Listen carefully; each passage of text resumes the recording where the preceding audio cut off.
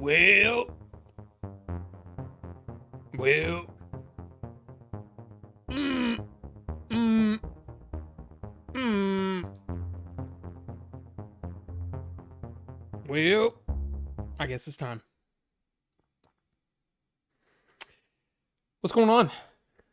Welcome to Order 42. I am Rob, and it's time to do the show. So, everybody freaking lock in, okay? I don't know. How's it going, everybody? How are you doing?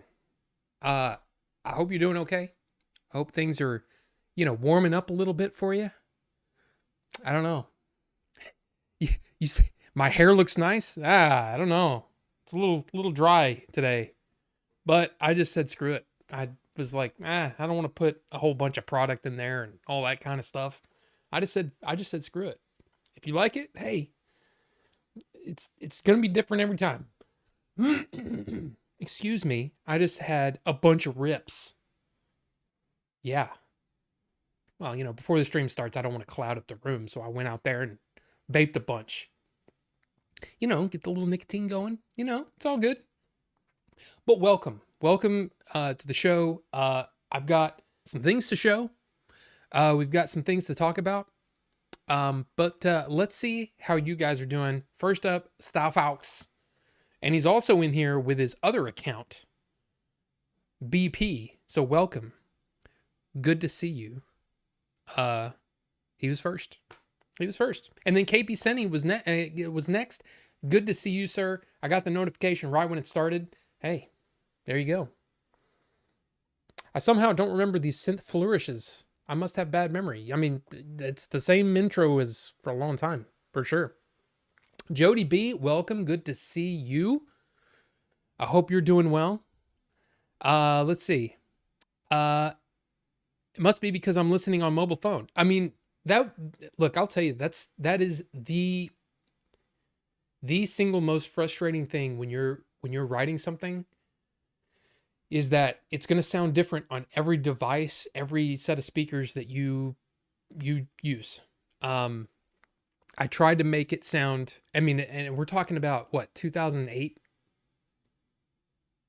No, we're talking like 98 technology, 99. So yeah, it's a thing. I will say that when I was mixing my music, they were done with headphones, which they tell you not to do, and I can see why, because some of it it gets muddy, on inferior speakers. It gets muddy. What you're supposed to do is use standard speakers, not headphones. Standard speakers, and listen to it and adjust accordingly. And if it boosts it too much in headphones, oh well. That's what they say. Look, I don't know. I'm not an engineer, and I did this, on my crappy computer back then. So it's just the way it is. Actually, I would say most of the mixing that I did was straight on the keyboard. And then of course, when you record from the keyboard, there's loss, So look, it was imperfect, and it was using what I had back in the late 90s. So that's just the way it goes. But I hope you guys have had a good week. I hope you guys were able to, watch some things and do things and have good things happen. I'll just say there's been some drama, and I'm talking about some family drama. And so I've been dealing a little bit with that. There's just been things that have been needing my attention.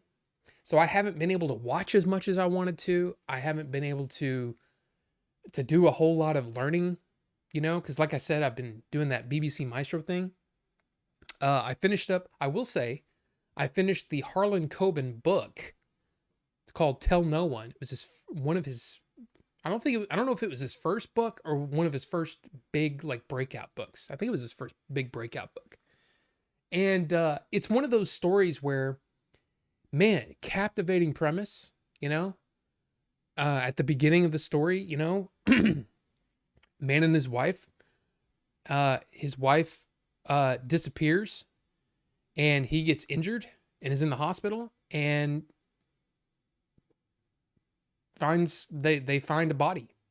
And so for 8 years the guy thinks he's dead, or thinks she's dead, and she's looking at he gets an email, a weird email that shows her on a like a current, you know, like almost like a video camera that's, you know, recording for traffic or whatever. She shows up on the video 8 years later. And then the story goes. And it's like, wow, what an interesting idea. You think you see your dead wife basically on a webcam 8 years after she's been gone for 8 years. What the hell's going on? And so it's one of those like page turner type books, you know. The problem with it is it's one of those books that I think somebody did a review of it and said it's an airplane book. It's a book that will keep you interested on an airplane, but beyond that, nah. And I'm like, I don't know if I want to write like that. But I got to say, his whole lesson thing on BBC Maestro was awesome, and I learned a lot, and it actually got me a little pumped, you know, to really get going. So, and now I'm reading, now I'm is it Ken Follett? Follett? I don't know how you say his name. I just started that one, so anyway. No more Billy's butt plug intro. Ninjitsu, I still have it. I still have all the different intros that I've used. It's one of those things where it's like, I don't know, man, it just doesn't feel right yet. You know? And I don't know, man. The whole thing is, because I gotta say, I mean, grief is not a straight line. I've said this before, that there's been days when, you know, I just think about him, you know, and I think about everything that happened, you know, all the, not so much the drama, but more of the, you know, how everything went down, and you know, it's just a thing. So I don't know, it just doesn't feel right yet. Because the thing is Billy was many different people. You know, he wasn't just a goofball, a clown, you know, he wasn't just that. And it feels weird. It feels weird to put that on. I don't know. But I don't know. Who knows? Put it up, maybe put it up there at some point. Time to come up with a lot of questions. No farting. That's the mastering engineer's job to fix. Well, that's the thing. I didn't really have that. I didn't get to that point, you know. It was just basically stuff that I wrote and friends and stuff would listen to, you know what I mean? But there you go. Mastering is when it matters. Yes. Finished pulling weeds in February. I know, right? It's weird. Let out the cat and got a plate of tostadas, jalapeno dip, and a Dr. Pepper. I mean, that sounds pretty good. I actually made this weekend, I made homemade chicken and dumplings. And it was tasty. And it was weird because, like, you know, I mean, as you know, like last week, it was the big freeze, the big snowstorm, ice storm, whatever you want to call it. Everything is completely melted now, and it was like 66 degrees today. So it's like, okay, I guess spring's here. So it's really kind of strange. So yeah. But yeah, that sounds good. That sounds tasty. The last 2 weekends, I mean, you know what I mean. Like it really wasn't that bad here. I was able to leave Thursday and Friday.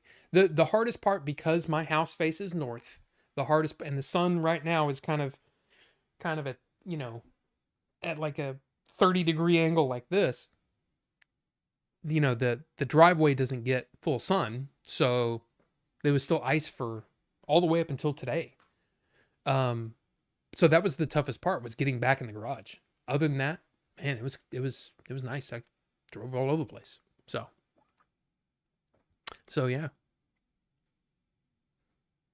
So you need to get all the multi-tracks gathered and compiled for your debut album.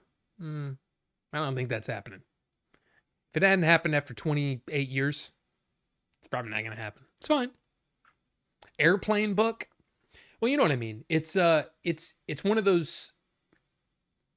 That's the thing, is like, I don't want to write a disposable book. I want a book that makes you, I want to, it's a different genre, right? That I want to write in.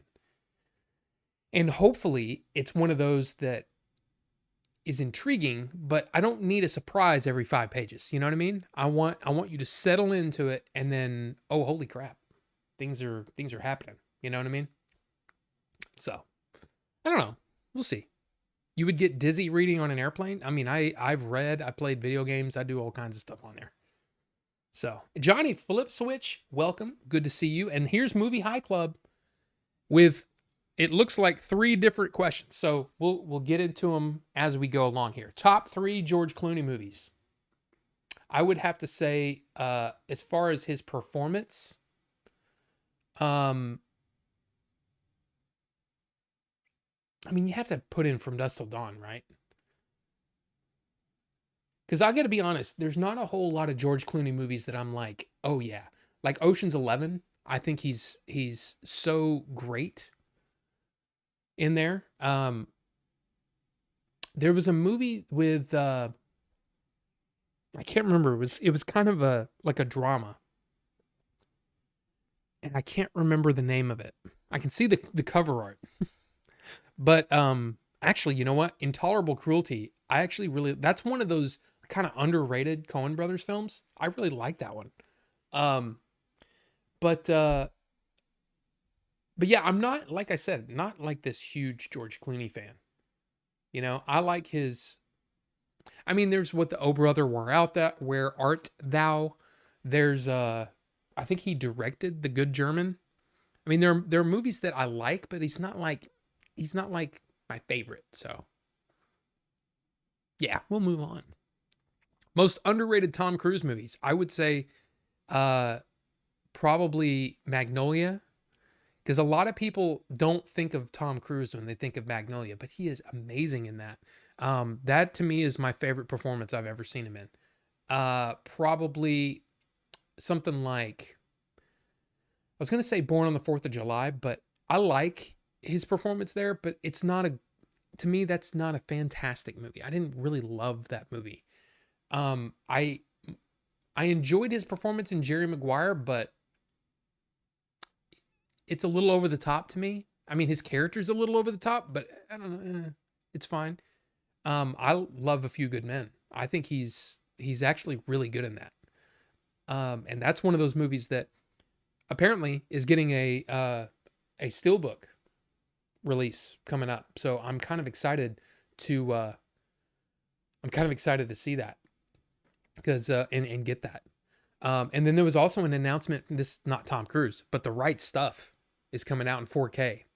It's about freaking time, because I think I only have that on Blu-ray. Yeah, I have the Blu-ray, but that's a movie that deserves a 4K. You know what I mean?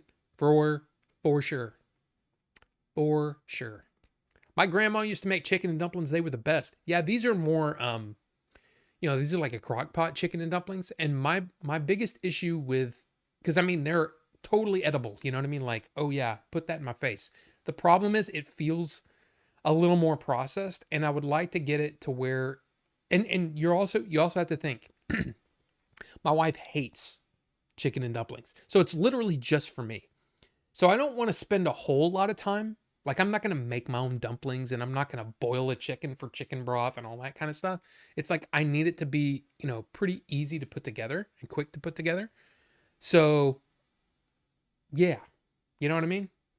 It's one of those things where it's the balance between ease and real flavor. Cause I mean, like, you can't beat, your grandma's chicken and dumplings. You know what I mean? You just can't. But yeah, I don't know. I think the biggest issue is I'm using it calls for 2 cans of cream of chicken soup. And I think that's what gives it that real kind of processed kind of flavor to it. And I wish it was more like a more natural thing, but I don't want it to be super soupy either. So it's like, it's basically, what I would prefer is a basically like the filling of a chicken pot pie. You know what I mean? That's what I love. Like I'll eat a chicken pot pie, a chicken pot pie any day of the week. I don't care how old I am, and I don't care how I don't know, man. I just love it. I love those. So anyway, the groundhog didn't see the shadow or whatever. Yeah, I don't ever believe that crap. I mean, again, it was 66 degrees today, so who knows what that actually means. This ice ain't going anywhere till April at least. I mean, in Jinzu, I mean, yeah, you live in a different, you live much northerner.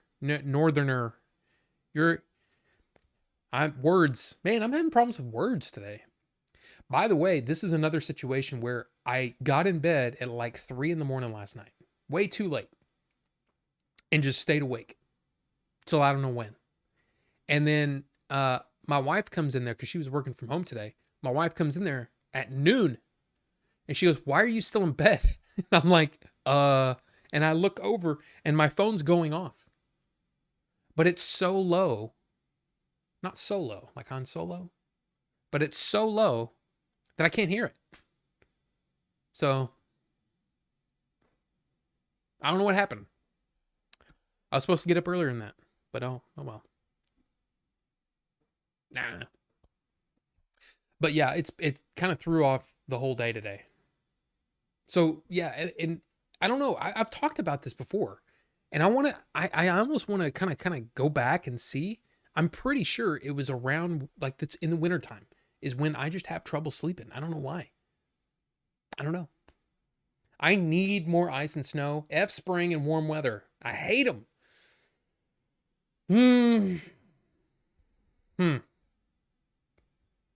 I want somewhere in between. I don't want ice and I don't want the sun like right here on my head either. I don't need that. It needs to be somewhere in between. But I'll make it happen if you give me the files. Nah, I mean I'm just not interested. I'm not interested in getting into that, and it's just not I don't care. I don't really care. I made this stuff and it's kind of fun and it's nice that I don't have to pay anybody for the music. That's it. That's really it. So, I don't know. Adam Sandler best 3 movies. Well, I'll tell you this. I'm not a huge Adam Sandler fan. I never have been. Like Punch Drunk Love, when that came out, I go, yeah, that's a different performance from him, but I don't care for the movie. Like I didn't like it. Uncut Gems, I didn't even finish that movie. There's very few movies in the world that I will not finish. That movie, I just couldn't get through it. It was so cringy that it just made me super uncomfortable. Rob, that's the point. I know. It's not the kind of movie that I want to spend my time watching. So, then it goes back to his comedies. And his comedies had a place and a time. I don't think there's even a top 3. There's a top 1. I think Happy Gilmore is the best movie that I think he put together. Everything else, I don't like Billy Madison. I don't like Grown Ups. I don't like any of those movies. So, sorry, but Adam Sandler's not a good choice for me. That's like saying your favorite Mark Wahlberg movie. Okay, Boogie Nights. That's it. And that's not because of him. I've been reading Meditations by Marcus Aurelius lately. Wow. That's something.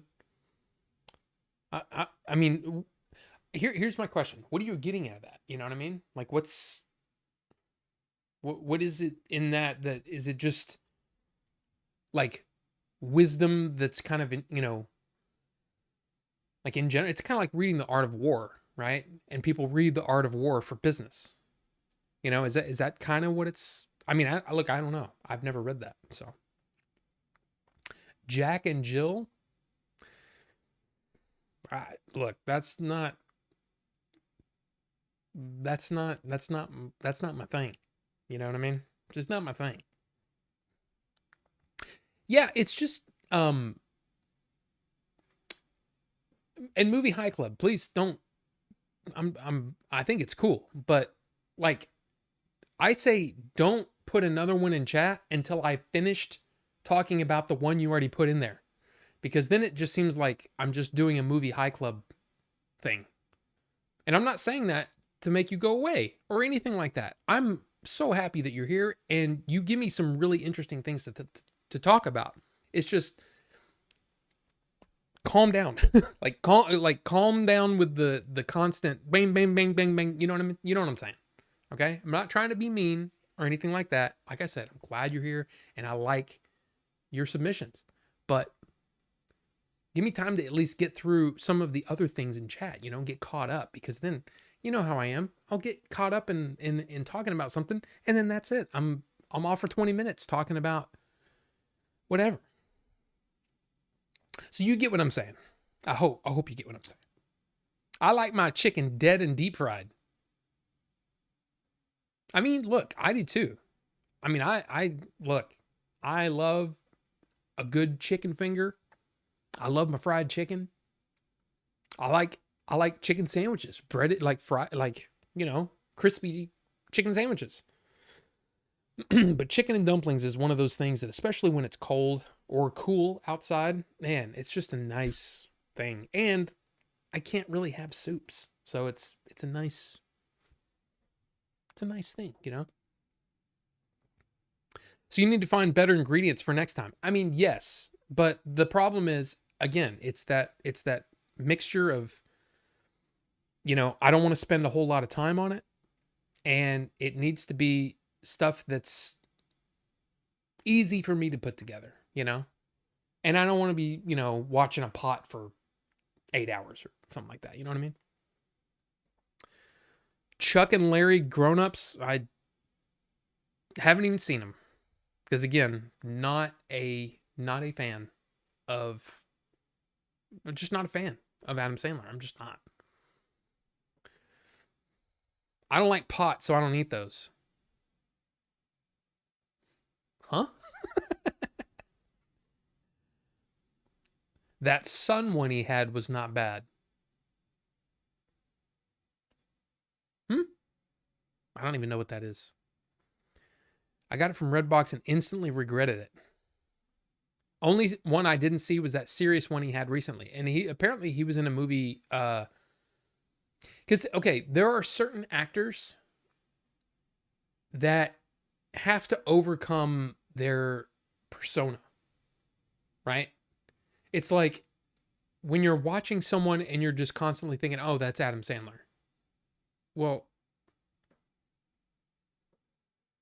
at least in Uncut Gems, he kind of disappeared into the role. And I appreciated that. Unfortunately, the movie is, I don't like movies that make me feel like that.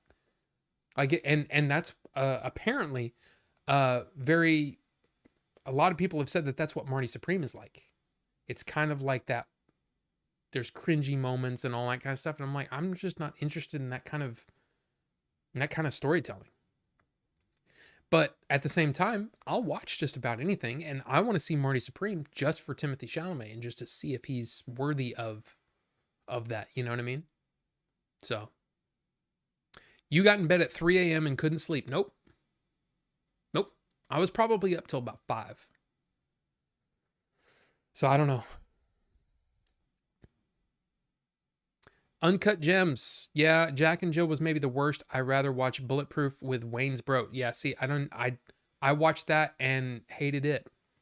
There's a thing about him that I just don't buy him in a lot of like the comedies and stuff. And some of it is just so, I don't know, it's just not my style, It's kind of like, what's the like people kept saying, oh, you need to see, oh, I can't even think of it. Like, I'm sorry, but I don't need to see a movie with David Spade and Adam Sandler. Like, I see the two of them and I go, I don't need to see that. Don't care.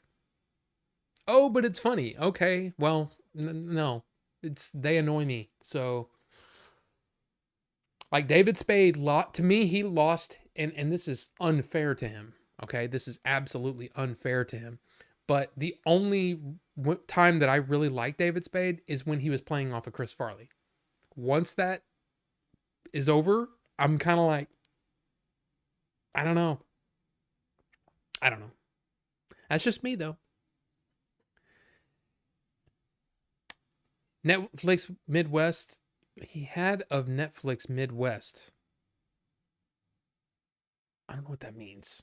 I mean, Happy Gilmore 2 might be just as bad, which I didn't even watch. When I saw the trailer, I'm like, this isn't for me. You know? And I'd rather remember the original one fondly, you know?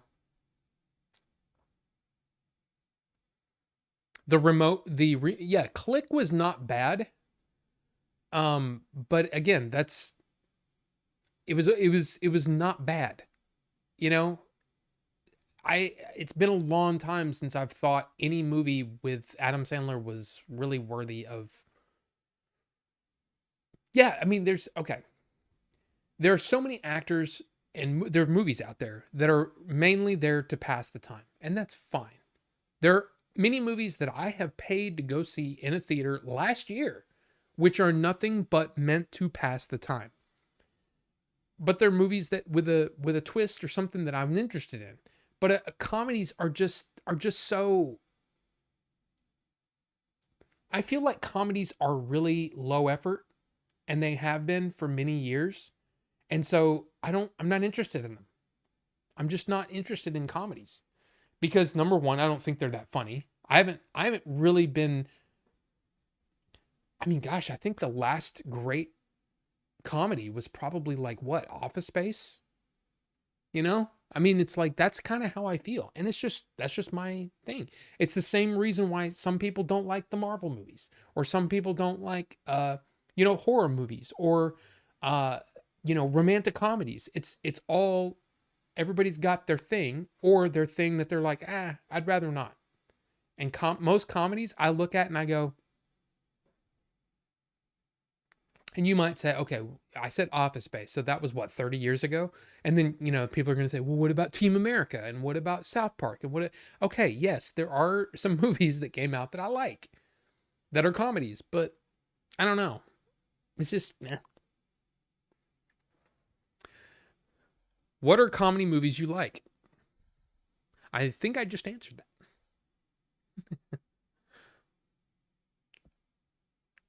that. Somebody get me a Diet Coke. Longest Yard? Yeah, I think I ended up seeing that and I'm like, Can of corn, I'll be all right.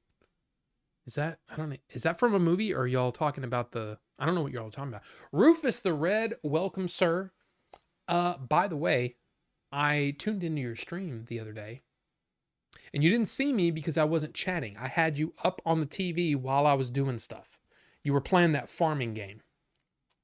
So I was there. I just wasn't like, hey, look at me. Now I saw that you were playing a game yesterday, but I was busy and I couldn't jump in there. But hey, just want you to know I am subscribed. I'm watching your stuff. What an awful first stream. I mean, but hey, trying to support a little bit. This comment was posted 5 hours ago. You're behind. I don't think so. I don't think I'm that behind this time. So, just saying. Waterboy, I hated. I also hated. That's where I started to get irritated with the Adam Sandler shtick. And it was just like, okay, I'm over this. I mean, I know he was still making money and all that kind of stuff, but it's like, I don't know. Just, I wasn't a fan. Reign Over Me was pretty good. Elway 2K, welcome. And I don't know if I ever saw that one. I've heard many good things about that movie, but I never saw that one. I want to see Get Help, the one where the girl is stuck on the island with her jerk boss. Get Help or Send Help. Send Help is, it was the number one movie in the box office. And it's Sam Raimi coming back and doing an original film, a lot lower budget than normal. Hi, Pixel Phoenix. Welcome. Good to see you, sir. But yeah, it's just one that I wasn't like dying to go see in the theater.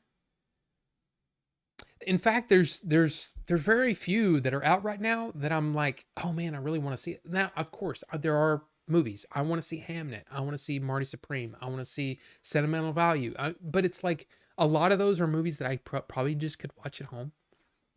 Just saying. They're not like crowd movies.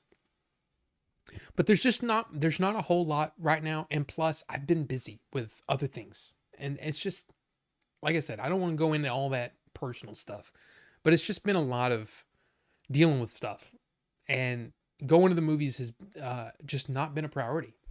Now, I've actually been thinking about going to see, and I know there's going to be some people that are like, yes, go see it. And then there's going to be some people that are like, but why though?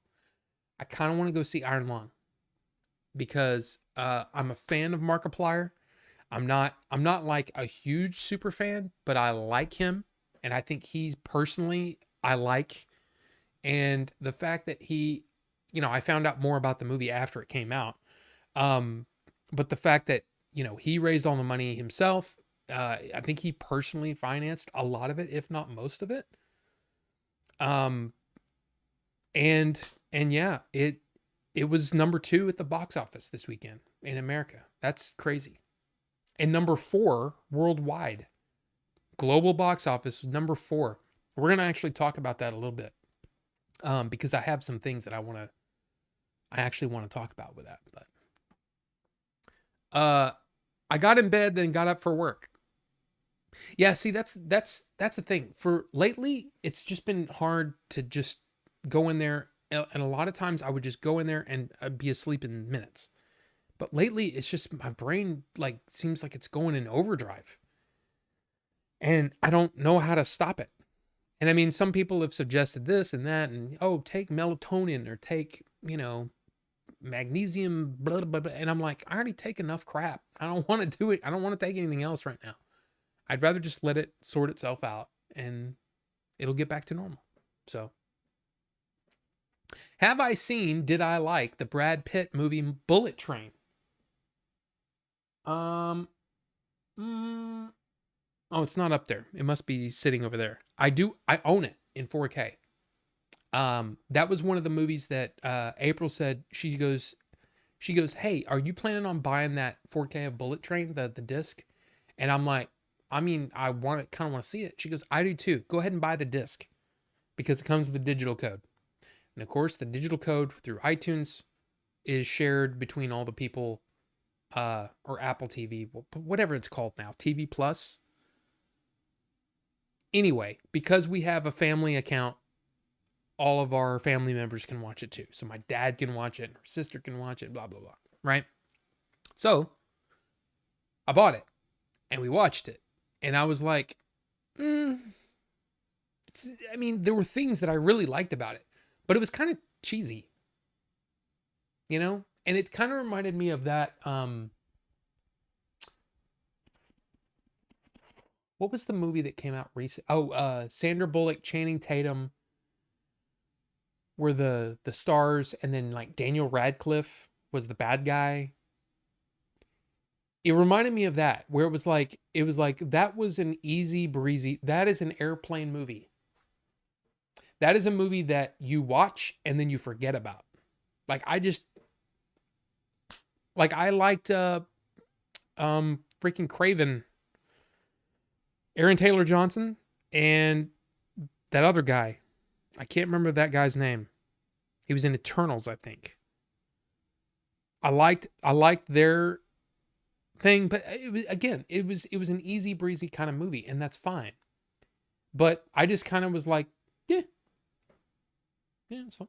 It's fine. Like, I don't understand why everybody was going nuts over it for a while. Like, I liked it, but no, Rachel, I haven't opened it yet. I was about to, actually. I was about to get into, I was about to get into the pickups for the week, but I was getting caught up in the chat there. So give me a few minutes. Where was I? No, not 5 hours. Water boat. Yeah, right on me. Oh, Bullet Train. Bullet Train. So it's fine. And that's and like there are movies that I feel like there are movies out there that are just there for the entertainment value, and there's not a whole lot of substance to it. And lately I've been more into the movies that make me think, or the movies that, you know, like a lot of Ridley Scott's movies. A lot of Ridley Scott's movies are just a vibe. There's not a whole lot of depth to the movies at all, but it's a vibe, and it's the way that it's shot and the way that it's, you know what I mean? So I've been kind of delving into a bunch of different kinds of movies. And then like I said, I've been watching a lot of old movies. I watched the only movie that I've watched so far in the Errol Flynn collection that I have was The Adventures of Robin Hood. Really enjoyed it. Watched all the special. There's so many cool special features on that disc, and it came in a bundle with 6 movies. And I'm like, man, this is awesome. It's like film school on a DVD or on a Blu-ray. It's awesome. So that's the kind of stuff that I've been like, old stuff, old classics. That's kind of where my interest has been lately. But yeah, David Spade has a 13-foot tall door so he can tell people to watch their head. That's a weird thing. Yeah, that's a weird thing. Joe Dirt is my favorite Spade movie. I never saw it because, again, he annoys me. He's one of those people that is funny in spots, in little spots. Not a whole movie. Like I just couldn't. It's just not my thing. The last great comedy movie for me is Dumb and Dumber. Yeah, that's 1994. So there you go. I like comedies on film rather than digital. Interesting. Top 3 comedians. Well, that's easy. Bill Hicks. Now these are my favorites. And I will say that George Carlin is on the list of maybe the greatest comedian of all time. But my favorite top three favorites, the ones that I've listened to multiple times, and they have continued to be my favorites for years now. Bill Hicks, number 1. He's my favorite. I love Bill Hicks. Number 2, Louis C.K. Now I know it's not, it's a lot of people have problems with Louis C.K. and I get it and I understand it, but I think he's paid his dues. And I don't think that you do something and then there's never a path to redemption. Now, I haven't really paid attention to, like, he wrote a book recently, I think. But as far as stand-up comedy, Louis C.K. is still one of the best. Number 3, Bill Burr. I love Bill Burr. I think he's great. I think he's hilarious. I think he's really, really funny. So, yeah, those are probably my top 3 all-time favorite comedians. But there you go. Bill Hicks is the man, though. Movie High Club been watching Bill Hicks again. I don't know what he said that you got that, but Bill Hicks is the man. The man. Wow, on the TV. Oh yeah, I watch most of my YouTube and Twitch.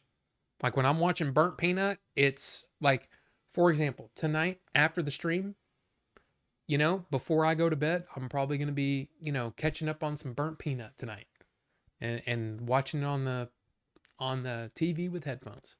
So there you go. I appreciate you, Rob. Well, I appreciate you, Rufus. And again, I probably should have got in there and said something, but like I said, I was busy doing stuff in the house. So there you go. You didn't say that 6 hours ago. There's no way. But yes, rest in peace, Bill Hicks. A lot of crowd work stuff coming out recently. Yeah, and I mean some of that is funny, and I like seeing the clips of different comedians and stuff like that. I don't have anything against stand-up comedians, but there's a lot of comedians that are very, their only, like, their best stuff is the crowd work. And then some of them are like, it's very surface level comedy. Like, I like the comedy that makes you think a little bit, you know? And to me, Bill Hicks was the best at that, because he would make me like cry laughing. And and then hours later I'd be like, wow, he had a point. You know what I mean? And that's interesting stuff. I like that. But he's kind of a one of a kind, and there hasn't really been anyone like him. So, but like somebody like one of the hottest comedians today is what, Nate Bargatze. We went and saw him live because my wife wanted to go because he's a clean comic.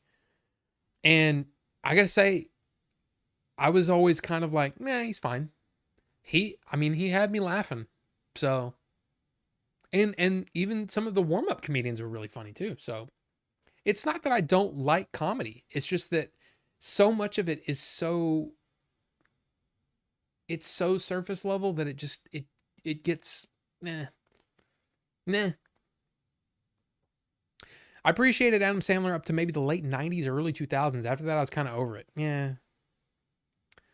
I want to check out Adam Sandler, Téa Leoni, and Paz Vega movie Spanglish. Just remembered never seen it. I think I actually ended up seeing that. And I was like, meh. Meh. I hope they don't try to make a Billy Madison too. I don't think that's happening. No. You heard that Iron Lung was good? I've heard a lot of different things. Okay? I've heard a lot of different things about Iron Lung, all the way from its genius to it's effing horrible. And that's kind of why I want to watch it. And I think, and for nothing else, the idea that, and see, that's the thing, I still haven't seen Stuckman's Shelby Oaks. I was a backer, and I still haven't seen it. I have a digital copy of it, and I still haven't watched it. So that's a thing. I probably should have watched it and did a review of it, but I just never did. And it was in that weird space where things were still happening, and yeah, never got around to it. He just makes movies to make them at this point for Netflix. They aren't clever or any good. Well, and in a weird way, it's kind of like I admire that. And especially when he gets his friends who hadn't worked in a while, together. And I think that's cool, but it doesn't mean that I have to pay attention to it. I want to see Luc Besson's Dracula on next Discount Movie Tuesday, so I may be late next week. Yeah, I have seen that that's coming, and it just, I don't know. I would love to hear what you think of it, because I do like Luc Besson as a director, but he hasn't done anything of real interest to me lately. And I mean, like, Valerian was just the biggest piece of crap. I hated that movie. So, glad you liked Errol Flynn Robin Hood. Oh, it's awesome. It's really good. And Justin Yates, Bidet Boys in the house. Welcome, sir. Comedians versus comics versus public speakers, all very similar yet very different when looked at deeply. Yes. But I mean, like, those are the comedians that I always liked. The ones that make you think about a thing, a topic. And of course, Bill Hicks was definitely heavily political at times, but he was also he was also very anti-system. And in a weird way, that kind of, I would say that influenced me, but it was more of like, what influenced me is I was going through some of that when I was in college, where I started to get really interested in the politics of the area, local politics. And then the more that I saw, the more I was like, this is ridiculous. And then try to get on a macro level and realized how much more ridiculous it was. And it just it made everything feel very, futile, And I was just like, it's like my vote doesn't matter.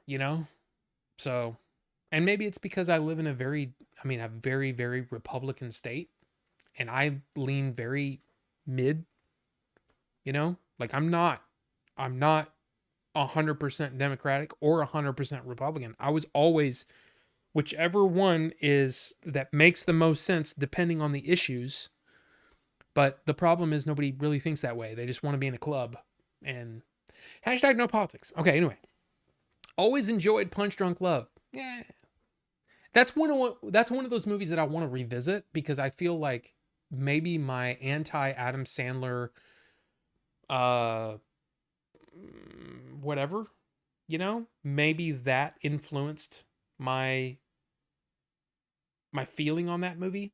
But because it's Paul Thomas Anderson and I love Paul Thomas Anderson. Like almost every single one of his movies I've actually enjoyed, but that one was just very like, eh. But I don't know. I just I don't know. I need to watch it again. Are we still on Adam Sandler? People are talking about it a little bit.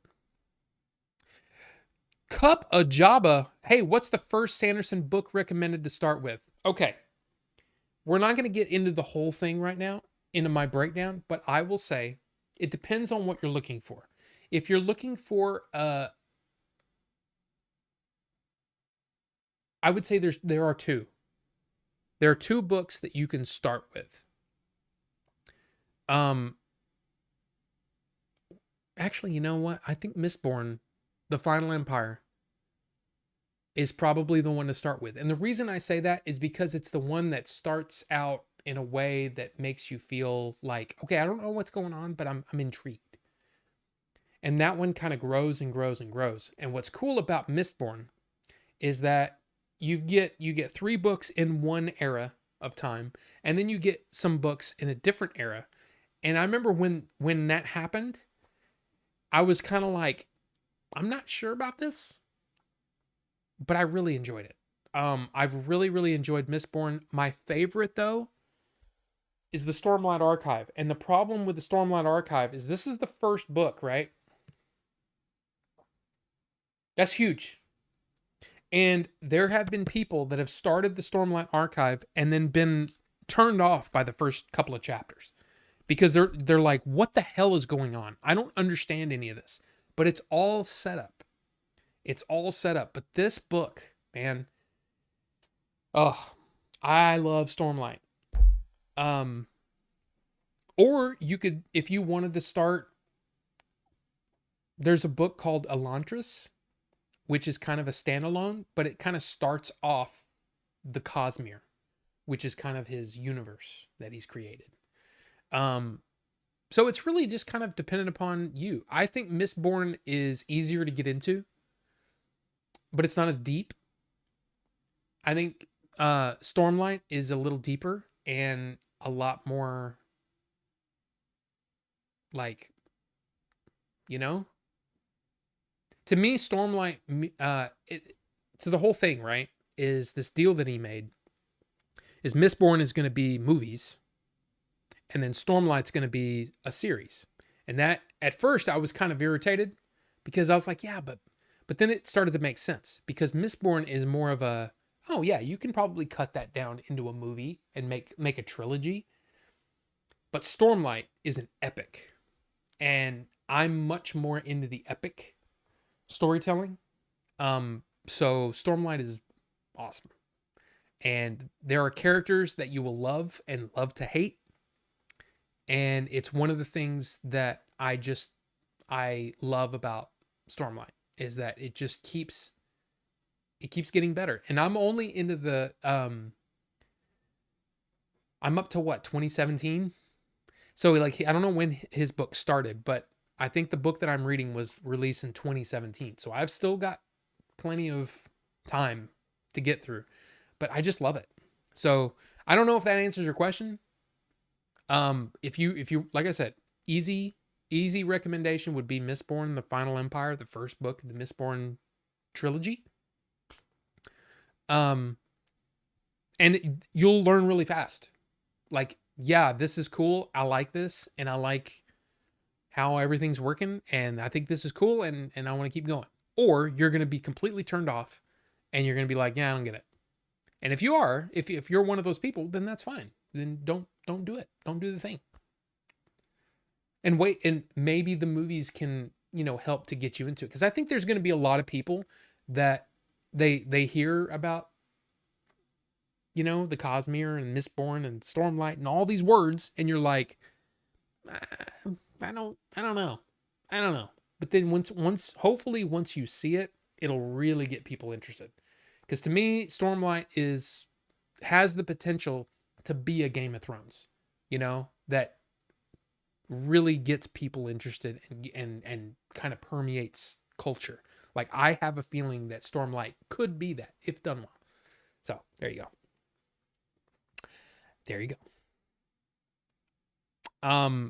Sorry, I skipped because I saw that and it got me interested, got me excited. I think the best comedy lately was Naked Gun. Rachel said Naked Gun. That was actually really fun. And it was a comedy without agenda, and it was just supposed to be fun, and I enjoyed that. What are you reading? What you reading for? There's that Bill Hicks there. Love it. Yes, sir. Thank you. Reading in short bursts, so sounding like Mistborn for now. Yes. And I will highly recommend if you're an audiobook person, the audiobooks for all of them are really good. But Mistborn, man, I was immediately drawn in and was like, I like this. I like this a lot. But then Stormlight, when I read the first Stormlight book, I will say with Stormlight, or with Way of Kings, there is a moment, or there is a section of the book that feels like Order of the Phoenix to me. Like, if you ever read Order of the Phoenix, I guess I can talk about this, right? It's old enough. Harry and Umbridge, Professor Umbridge, that section of the book was torture to get through, because he was literally being tortured, right? But then there's the other side of that, and the way that it makes you feel, and you feel like elated and it's just excited. That's how Stormlight made me feel. It's the first time that I'd felt that way in a long time. I will also say that I think now that I see Mistborn and Stormlight being adapted, now I really want to see the Dark Tower being done, because the Dark Tower did that for me too. But that's also because I've been a lifelong Stephen King fan. And so seeing all of these different ideas come together in the Dark Tower was awesome. God, I loved it.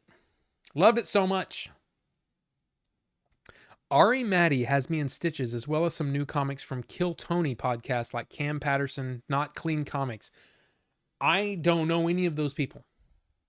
But that's the thing. There's so many comics out there. There's so many. Like what's her? Nikki Glazer? She's funny to a point in segments. Like, Bill Hicks had me rolling for hours, and I could just listen to him talk. It's fun. But not everybody's for everybody, It's just the way it is. Middle gang represent. Movementarians. Don't know what that means. But yes, hashtag no politics. Derek, welcome. Good to see you, sir. And yeah, bidet boys. Reading in short bursts, so sounding like Mistborn for now. Yes. I mean, that's probably a good idea. It's probably a good idea. Now, let's really quick, since we're almost an hour in already, which I can't believe. It's always shocking to me how long I can just talk and not really talk about much of anything in particular, but it's just the way it is. I placed an order from Vinegar Syndrome. Now, I will tell you that Vinegar Syndrome has been a label that they kind of specialize in the not mainstream. That's probably the kindest way to put it. Sometimes it's B movies, sometimes it's kind of schlock movies, and that's typically not where I like to hang my hat, if that makes sense. I'm not big into schlock. I'm not big into horror. I'm not big into sexploitation. I'm not big into any of that stuff. It's just not my thing. I've tried it, not my thing. It's like a flavor that you're just like, nah. I'm okay with not having cilantro in my dishes. I love cilantro, by the way, but I know people that don't. Um, it, you get what I'm saying. It's just a flavor of movies that I'm just not into. But they had a couple of releases that I'm like, I'm getting those, and I don't know if they're going to sell out, but I'm getting those. So the first one is a movie that you might be going, what? Let me explain. It's the Dam Busters. Okay? The Dam Busters. Now you might look at those names and go, I don't know any of those names. Richard Todd, Michael Redgrave, Ursula Jeans, I don't know. Basil Sidney, Patrick Barr, Ernest Clark, and Derek Farr. Screenplay, it's misspelled by the way. Screenplay by R.C. Sheriff, directed by Michael Anderson. Screenplay. You see that down there? Anyway, this is the back of it. And what I like about these releases, number one, they were packaged beautifully. I love it when you order typically from these boutique manufacturers, these boutique studios, they take pride in their products and they want them to arrive to you in great condition. These were packaged beautifully, and they even have in their shrink wrap a little place where you can grab to open it so you don't have to slice anything. I love that. So anyway, let's open this bad boy up and see what's in it. First up, I mean, that is a hard box. Let me get that out. Nice box. I really like that. That's nice. And then here is the Dam Busters. And you might be like, but why though? But why? Well, this movie is important if you're a fan of Star Wars. Oh, look at that. A different cover. Dude, I love that. I love it when they take pride in that. Oh my God, it's hefty. So inside, you have the 4K. That's not in the little groove there. It's fine. You have, I'm guessing that's the Blu-ray in region A, because this is Vinegar Syndrome. And then the bonus features with a little thing. Now, the reason this is important to you Star Wars fans is because this is the movie that George Lucas cut in dogfight scenes for the animators at ILM so that they knew how he wanted the flight of the X-Wings to go. This is the movie. I've never seen it. So I just said, you know what? If I'm going to get it, I might as well get the 4K. And, you know, it was a kind of a special edition thing. It wasn't exactly cheap. But hey, I'm all about it. And so a lot of times, man, when I see a movie for the first time, I love the fact... Wow. I love the fact that I can watch it in 4K.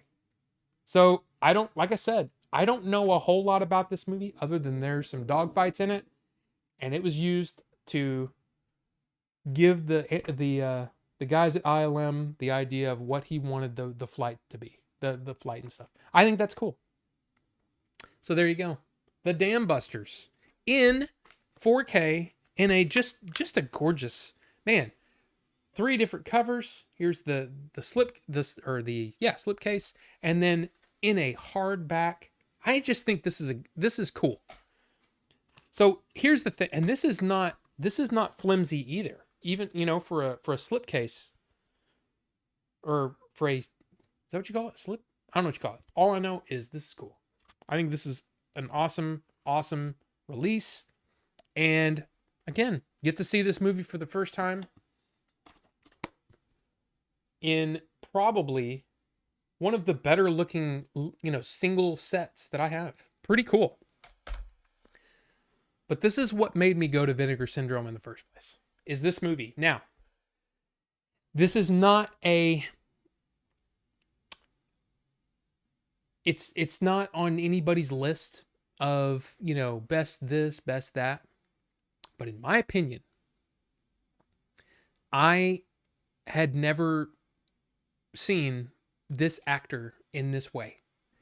And it made me it gave me the bug, and it made me say I want to see more movies of this time period from this actor, Christopher Walken, because he was horrifying in At Close Range.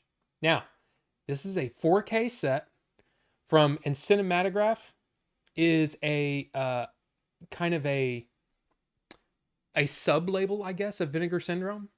So this is a chunky boy. A chunky boy. Now you can see it's actually taller. There you go. This is a chunky boy. Thick and limited.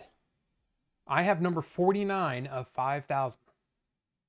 So look at all the special features. New commentary, archival commentary with director James Foley, a new video interview with actor Christopher Walken, a new video interview with actor Sean Penn, Casting Badasses, a new video interview with casting directors, archival interview, Crime in Pennsylvania, The Real Johnston Gang, an archival interview with former reporter and author of Jailing the Johnston Gang. I mean, this is cool. Badlands, short location video of key geographic locations of actual events, theatrical trailer, new text essays, film critic, yeah, blah, blah, blah, blah. So this is in 4K. And this is what I'd been waiting for, is I wanted to buy this movie. Rachel, which I don't know if she's still here, but Rachel did a, or we did, I don't know, I can't remember. I think we did an interview together, and we talked about it Close Range. And I was more interested in the filmmaking aspect. Of course, a lot of the stuff that they did on their podcast, which is no longer around anymore. But that podcast was cool because they delved into the real life story. And so this was based on a true story. Now, the true story, or the movie, kind of deviates from some of the real events. But again, Sean Penn is awesome in this, and Christopher Walken is horrifying. He is, I'm telling you, if you only think of Christopher Walken as like goofy and funny and, quirky, his performance in this is unbelievable. Like, I forgot it was Christopher Walken and was just scared of him. So this is one of those movies that I wanted to own, and I'm so happy that it came out in 4K. And again, little pull slip here. Let's open this bad boy up. Number 49 of 5,000. I don't even care. It's got a little pull ribbon. This texture is really, ooh, look at that. The way that comes out. That's nice. That is really nice. Oh, that is really nice. This is my first ever Cinematograph release that I've ever purchased. Very nice. And this is okay. So this is kind of a digibook kind of thing, but with this is like a book. This feels like a book. But there's your 4K and your Blu-ray. So I'm guessing all the special features will be on the Blu-ray. And then, yeah, Mary Stuart Masterson is in it. Yeah, this is going to be awesome to go through. I love it. Now, this is also, I think At Close Range is famous because of the Madonna song, Live to Tell. And I remember always wanting to see the movie because I saw that video so many times as a kid, and that I loved that song, and I wanted to see where it came from. Oh, and that's the dude, Heroes. He was in Heroes. He was also in Top Gun. But Chris Penn is in it as well. Um, there's Chris. I This movie's great. If you haven't seen it, this movie is fantastic. And I would highly recommend it. Highly, highly, highly recommend it. Especially if you're a fan of Kiefer Sutherland. Especially if you're a fan of Christopher Walken and have never seen him in a really serious role. I mean, of course, there's the Deer Hunter. But I'm telling you, this is the most amazing, one of the most amazing performances that I've ever seen him give. So, yeah, great. Oh, there's that. Look, even more. This is just cool, man. This is cool, and it just I mean, beautiful set. Oh, I didn't notice. Hold on, I'm gonna put this back in here. Get the ribbon ready. That's kind of tricky to get in there. Okay. There's actually... Okay, this is taped. I gotta be careful. Gotta be careful. Hold on a second. I have to do this off camera.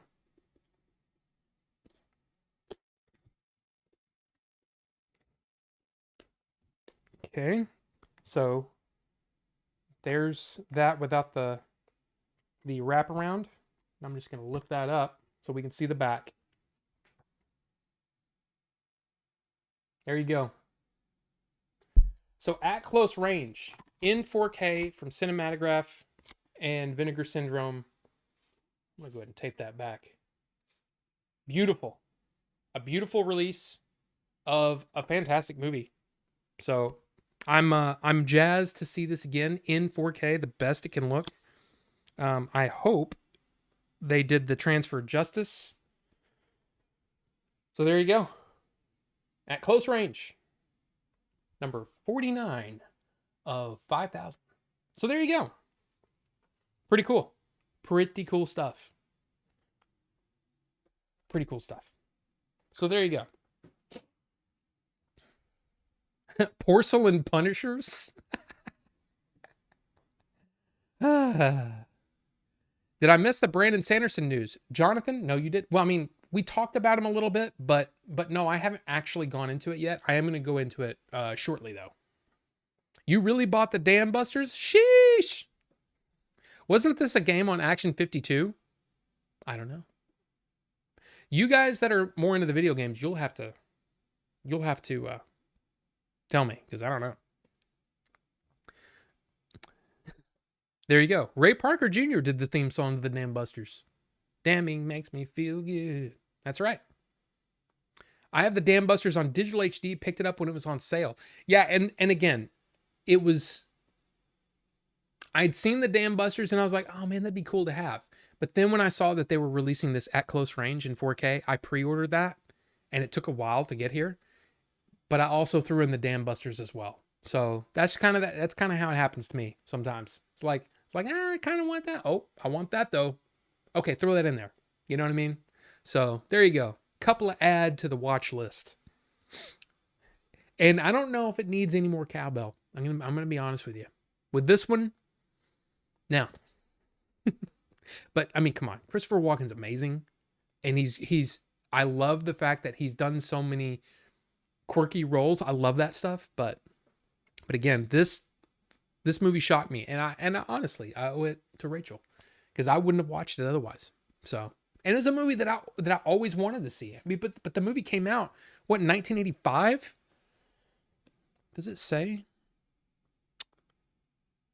86. So I was 10 when this movie came out. And of course, at that age, 1986, of course, I wanted to see aliens. You know, I wanted to see, other rated R movies. This was not going to be on a 10-year-old's watch list, but holy crap. What? Oh, here, I forgot about that. Okay. Mary Stuart Masterson, Crispin Glover, Tracy Walter, David Strathairn, Kiefer Sutherland. Foley's film is one of the great American crime films of the 80s, Cinematograph is proud to present the world 4K UHD debut of James Foley's masterclass in true crime drama and a brand new restoration from its original camera negative.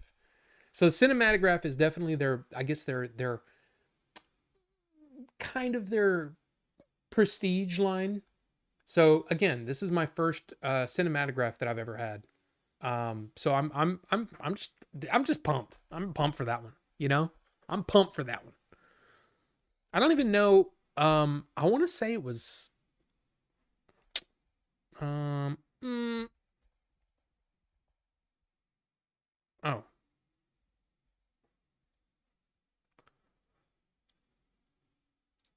Okay. Okay. So it wasn't crazy. Uh. So there it is on the website.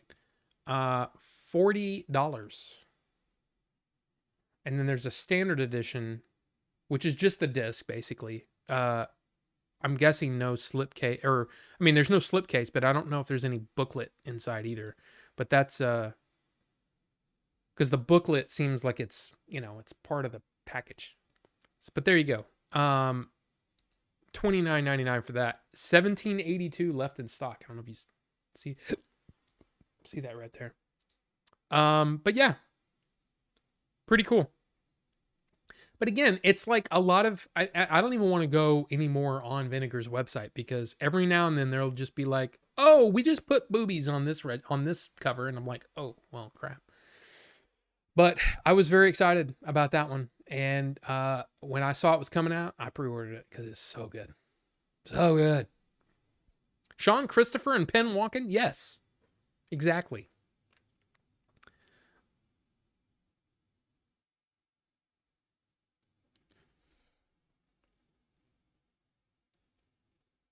I like when I'm trying to read it as Christopher Walken.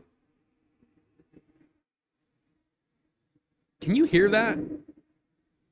It's probably like F-18s flying over.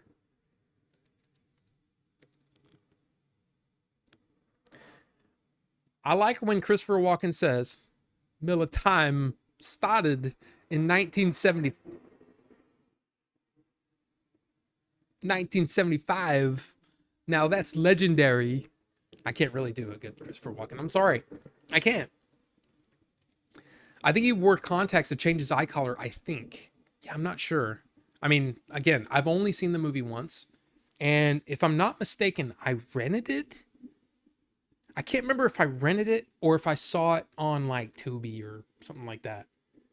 But yeah, I'm just so happy to have it in 4K because, man, movies just look better in 4K. They just do. I like in the kitchen scene when he goes, "Wow," and he fires over his shoulder. Oh yeah, they say his reaction to the gun was real. It's so good, so good. I've seen scenes on YouTube, but never seen the full thing. I want to see it. You should, you should. I mean, it's again, not everybody is gonna drop $40 on a movie they haven't seen. I get that. I understand it. But for me, let me just tell you, if nothing else, it is one of the best performances, especially if you've never seen Christopher Walken be serious. Oh my God. I mean, he's great in The Deer Hunter. I mean, The Deer Hunter is one of those movies that's just so good. Now, that's a movie that, that's not a popcorn movie. That's not a movie that you're like, oh, yeah, I'm just going to sit back tonight and watch The Deer Hunter. No, that's a depressing, sad, like it's almost that's a movie. That's an experience. That's an experiential movie. At Close Range is definitely more of a mainstream thriller suspense. Not really kind of, you know what I mean? It's a crime drama. But it's he's so good at it. He's so good in it. Walken was amazing in Severance. Justin, you are not wrong. And really, is there a bad performance in Severance? Because that show is fantastic.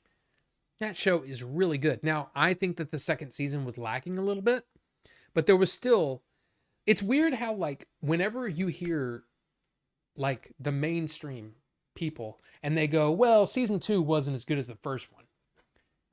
I'll agree with that, but there's also a lot of great character moments in season 2 that I love. And a lot of character work is the kind of stuff that I'm the guy that sits, I sit forward when I'm learning something new about a character. You know, a new twist to the, like one of the, I think it was one of those episodes where I don't remember who it was, because I watch a lot of different people and their thoughts on things and all that kind of stuff. And I want to say there was somebody that was like, this episode I could not stand. And it was the episode where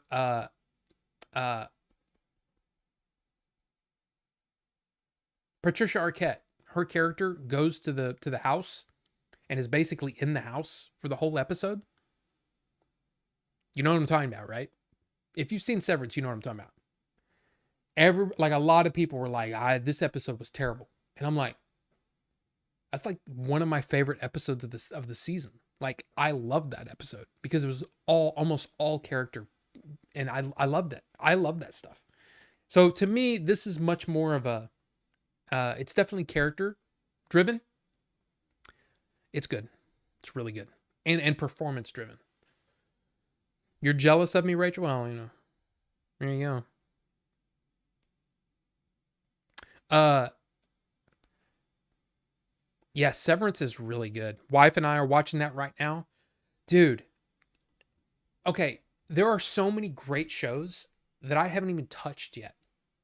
You know, I keep hearing about Dark Matter. I keep hearing about Foundation. Both of those actually were recommended to me by Billy, and I still haven't watched those. There was Wonder Man, the Marvel show that came out last week. People are going nuts over that and saying this is one of the best shows on Disney Plus, like, period. Like, a lot of people are like, well, Andor's better, but this is definitely the best Marvel show. And I'm like, I gotta watch that. I haven't seen Ted Lasso. I haven't seen Shrinking. I haven't seen there's actually a show, and this is Robert Meyer Burnett saying this, but there was a show on Hulu called The Beauty that's supposedly like super horrific and like disturbing, and he loves it. And I'm like, I might check it out, but it also doesn't quite sound like my thing, but we'll see. I haven't watched Tulsa King. I finished the first season of Landman. Is anybody else watching Landman? If you like it, here are just my quick thoughts. 80% of that show is awesome, and 20% of it is effing terrible, in my opinion. And unfortunately, it's the women characters.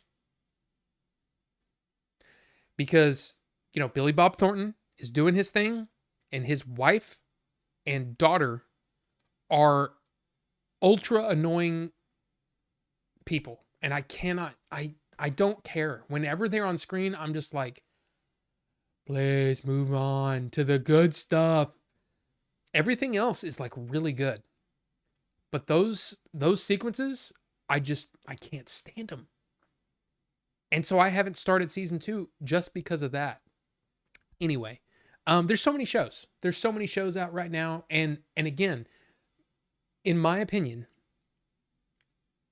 the kind of movies that I really, really loved back in, you know, when I was going to the theater all the time back in, you know, late 90s, they were the smaller movies. I mean, of course, the big blockbuster movies, sure. I was never really really deep into the independent scene. So it was these mid-budget movies where I kind of lived.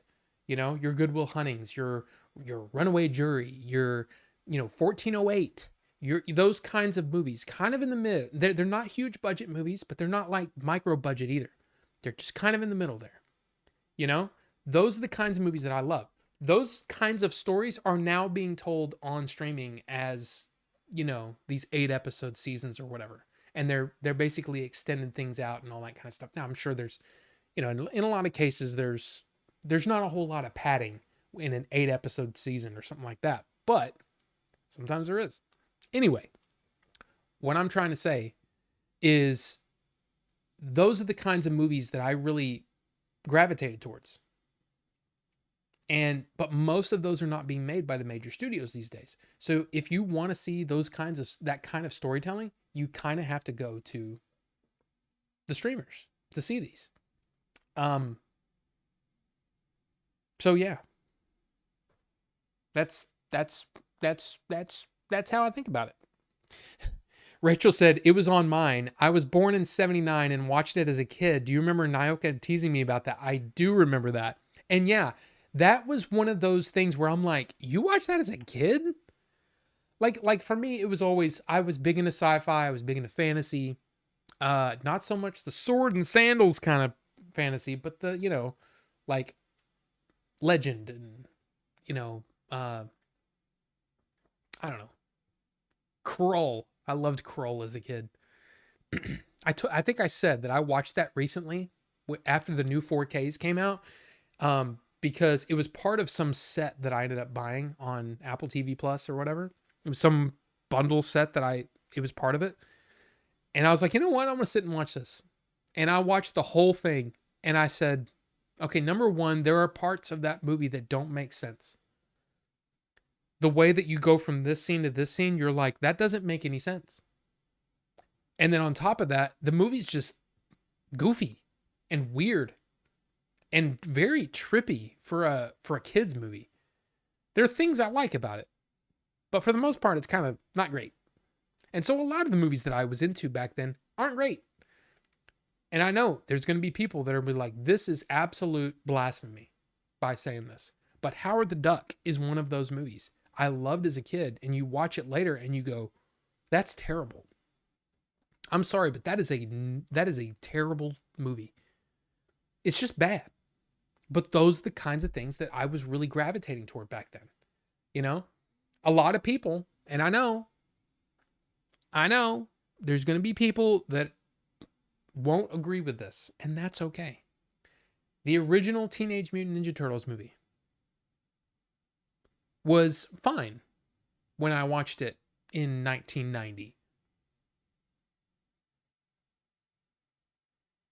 Anyway, yeah, yeah. But what I'm trying to say is most of the movies that I watched were those kind of mid-budget movies, and yeah. Picked up a couple more on Fanflix sale today. Along with my other pickup over this last weekend, got Cleopatra 34 with Claudette Colbert. Is it pronounced the same way as Stephen? Anyway, with her, which I don't remember what. You know what? Look, I did my little video on this thing, right? And it didn't get a whole lot of views, which is fine. But I got to say, man, this is one of the best things about that is I can type in, what movie did I just watch with her? It Happened One Night, which is a fantastic movie, by the way. Fantastic. This is a movie where if you're like, nah, I don't like old movies, give It Happened One Night a shot. Freaking Clark Gable and Claudette Colbert, amazing movie. I love this movie, and she's adorable in this, by the way. But anyway, Wild at Heart. I've never seen Wild at Heart. That's one of those movies that's on my list, and I'm waiting for a good 4K to buy. Because if you remember, I bought Blue Velvet, and which I've never seen, and Mulholland Drive, which I saw once and was very confused by. But I also was confused by Lost Highway, and I watched Lost Highway again and really enjoyed it this time. So I'm hoping Mulholland Drive is the same way for me.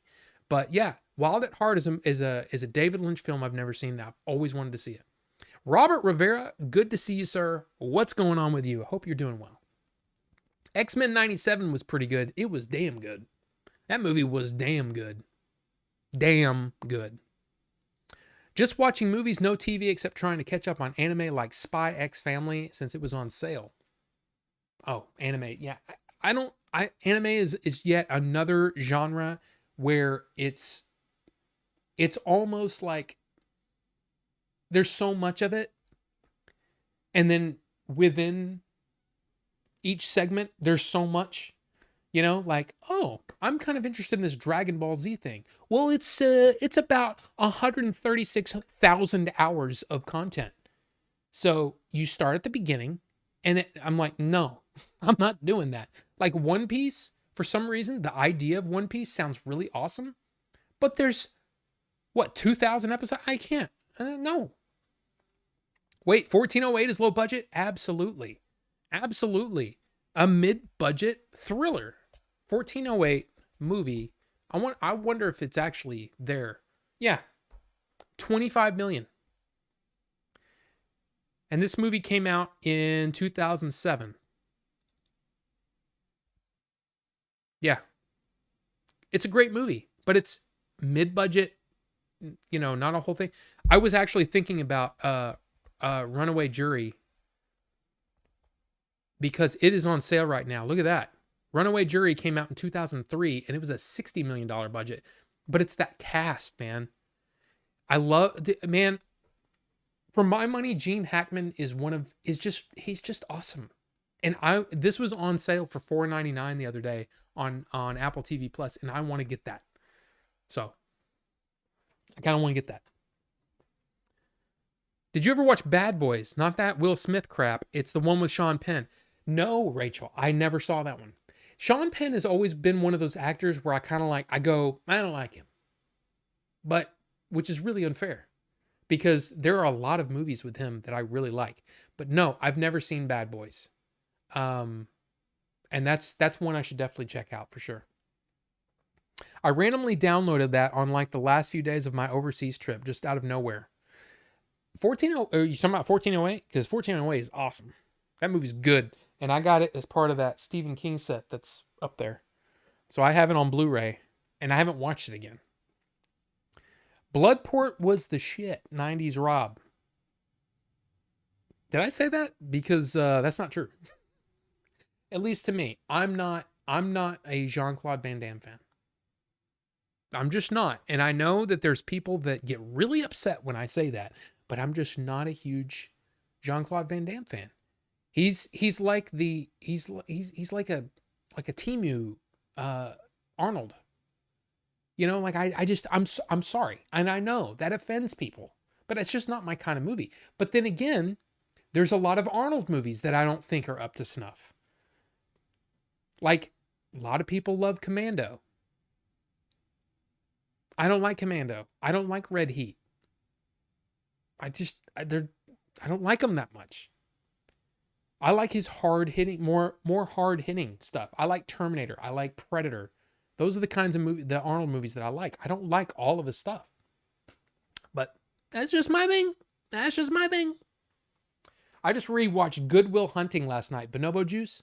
I've told that story many times. That movie, I was very excited that I got to see an early screening of it before the major release.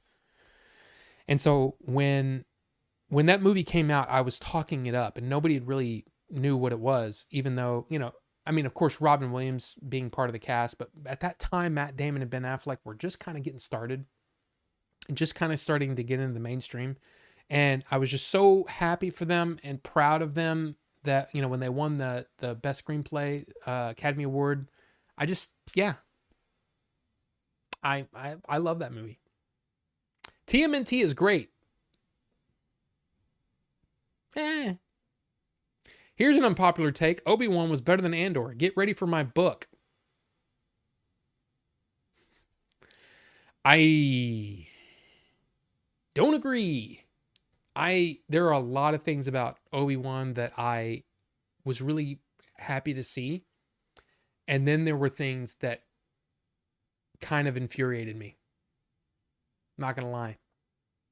So, I love the original TMNT movie. I don't think I cared for any others, but that one was a vibe. Well, my problem with it is that it straddles the tone, right? The greatest thing about the comic is that it never really broke the tone. It was it was played like real. Of course, it's ridiculous. Oh, some green slime's gonna fall on some turtles, and they're gonna grow up, and then also falls on a rat, and the rat's gonna teach them to be ninjas. It's crazy, but I just wasn't a fan of how weirdly goofy that movie is, and then it gets real serious, and then it gets goofy again. It had a tone. It has a tone problem, but that's my take on it, and it's fine. Everybody's different. I love the original comics because they were serious, um, but I also really liked the cartoon and how goofy that was, and that was fine. But the movie was trying to do both, and it just was like, well, this is all over the place. That's just my opinion, but there you go. But anyway, I love how it's red and orange too. I mean, Runaway Jury. It's just a good movie with a great cast. So, and there's something about courtroom drama stuff that I love. I just do.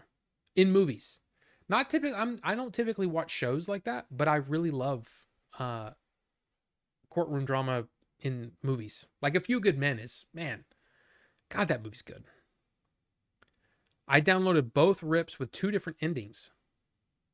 To 1408? Oh, I think I know what you're talking about. Yes. Yes. I love Bad Boys. Now, again, which one are we talking about? You know? We could be talking about either one. This is a decade or so ago, and I still didn't like movies back then. But yeah, 1408's great. It's a good story. And it's based on a Stephen King short story. So there you go. Bad Boys sucks. Bad Boys 2, 3, and 4 are great. Runaway Jury, never coming back. Wrong way on a one-way track.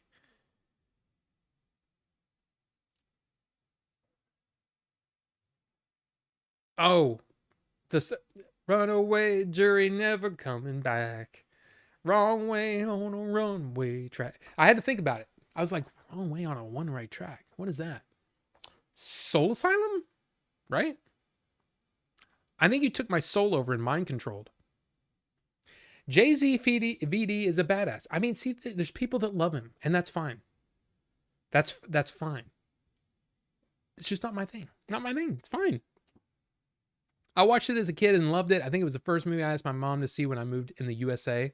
I don't really remember it. Maybe I need to watch it again. I saw a TMNT box set or something at Barnes & Noble. Yeah, there's a huge box set, which is amazing. It's in 4K. It's from Arrow. It's got all three movies on it. Like I said, it was a passing interest when I was 14, when it came out, and I saw it in the theater. And then I got the comic. And I'm like, oh, the comic's better. The comic's way better. It doesn't have this tone problem it's like, it's cool. I like it, but there's a tone issue. And even back then, I would never have been able to explain that back then. But now that I'm older and I've whatever, yeah, it's a tone issue. Now here's the thing. I was never that into the Turtles. Like I love the comics that I have, and I have the first two collected volumes of the original series, and then I have one that's more of an animated, goofy Turtles, and I like that too. I don't know. Yeah. He watches it as an adult and still loves it. Well, see, then good for you. Good for you. I am never going to say, oh, nobody should buy this. No, if you're into that, man, go for it. You know, that's what fandom, being a fan of stuff, I love that stuff. But I'm just not a fan. Shozama, Henry V, 1989 with Kenneth Branagh. Never seen it. That's one of the Kenneth Branagh Shakespeare's that I want to see. And Lady on a Train from 45, Christmas time comedy musical film. Noir was a good watch. Oh, Christmas time comedy musical film noir was a good watch weekend since I was recovering from upset stomach. Oh, well, I'm sorry to hear that, Shazama. But yeah, I love that stuff. Love that stuff. I mean, older films, man, especially if you've been, because there's a lot of people that say those things about, oh, there's no good movies today, which I'm sorry, you're only looking at big budget stuff, or you're looking at only the arty stuff. There's a lot of great movies that come out every single year and they get ignored. But if you're one of those people, man, there's movie history is out there, and there's some great movies from back then. Like that Adventures of Robin Hood from 1938 on Blu-ray is one of the best looking older films I've ever seen on Blu-ray. The restoration work is fantastic. So you're getting to see it in this great presentation. I love that stuff. I love it. And Warner Archive does it just about as good as anybody. In fact, they probably do it better than most. So there you go.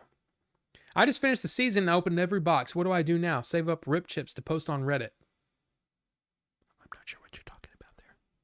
I hadn't considered TMNT like that before. You're not wrong. It's because of the grittier vibe to it that keeps me loving it. But at the same time, it's like pizza time, dudes. And that's the thing. Its tone is off for me. And that's not something that is an objective thing. That is a subjective thing. If you love TMNT, dude, love it. What does Robert Redford say to that woman? And if you love him, like really love him, then keep on loving him. Be a beacon. Anyway, just keep on loving it, man. Wraith, it's been a while. It's good to see you, Wraith. And I've seen you like I'll get up in the morning and go, oh, Wraith streamed like 2 hours ago when I was asleep. But good to see you, Wraith. Rewatch some of Romeo and Juliet from '96. What a very unique and modern take on the classic story. A very bold choice by the director you don't really see today. Yeah, Baz Luhrmann is one of those directors that's very hit or miss. And I'm talking about hit or miss for people. There are people that will see Baz Luhrmann on the ticket there and go, nope, not for me. And I understand. But while I enjoyed parts of Romeo and Juliet, I think Claire Danes and DiCaprio are actually pretty good together. And it's a little all over the place. The Baz Luhrmann movie that I want in 4K yesterday is Moulin Rouge. Where's Moulin Rouge? Where is it? I want it. I want that movie. And he did the recent Elvis movie, which I still haven't watched. So, there you go. JCVD doing the dim mock was inspiring. I don't know what that means. I think I also saw the Wes Anderson collection box there too, and I was like, ooh. Barnes & Noble is a wild and play. I love Barnes & Noble. I do. The problem with Barnes & Noble, though, is that for me, personally, the only time to go there is during the Criterion sale. Now, they actually have a sale going on right now for Kino Lorber and Radiance. So if you've ever been interested in that, there are actually a couple of box sets from Radiance that I would really like to pick up. Movies I've never seen before, but I just like the way that the boxes look, and I like the idea of delving into, this stuff. I don't know. I don't know if I'm gonna pull a trigger.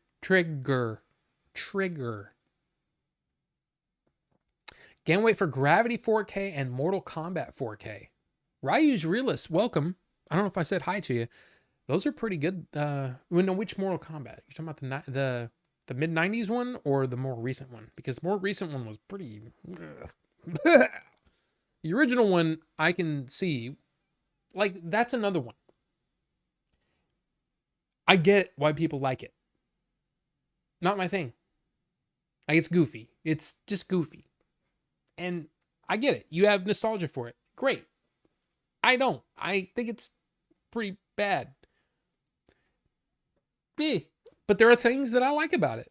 But the best scene in the movie is the is, if I'm remembering correctly, it's Johnny Cage versus Scorpion. Is that right?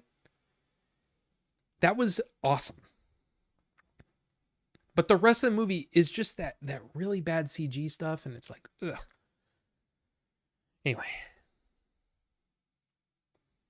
he taught me everything I know. Pwah. Trio with Tyrese. It's a modern urban Othello. I've actually seen that. Wait a minute. With Tyrese. I thought, oh, movie.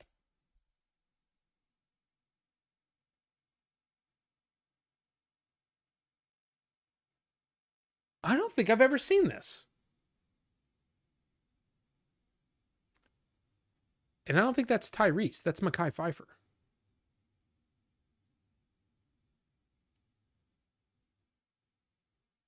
I was thinking of, is it this one? Yeah. Lawrence Fishburne and Kenneth Branagh. That I really liked. To me, that right there is probably my favorite Othello version that I've seen.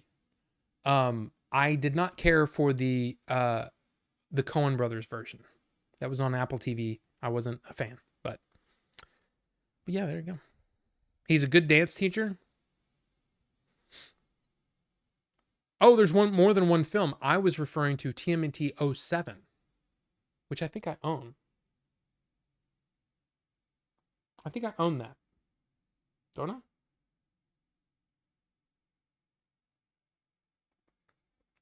Honestly, I think one of the top tier Teenage Mutant Ninja Turtles films is Mutant Mayhem.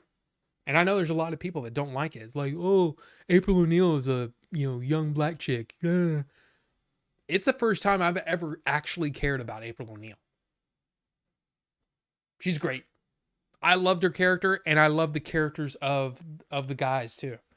I really, really love that movie. But I get it. Some people don't like that animation style. I thought it was perfect. So, and the only reason that I really wanted to go see it is because I knew that Trent and Atticus were doing the score. And it ended up being pretty awesome too. Excuse me. Chris, welcome. Good to see you. Good to see you. Oh gosh. Okay, I'm way behind again. We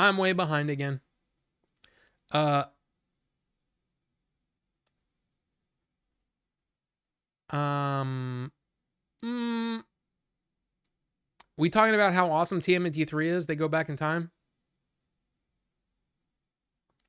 Thus thou taketh thy word in sight and mind. I don't know what you're talking about. Oh, is that some Othello thing? I don't know. TMNT 07 was not good. 90 is the bestest in part 2. 07 was in fact a banger. Loved that flick. 3 we don't talk about.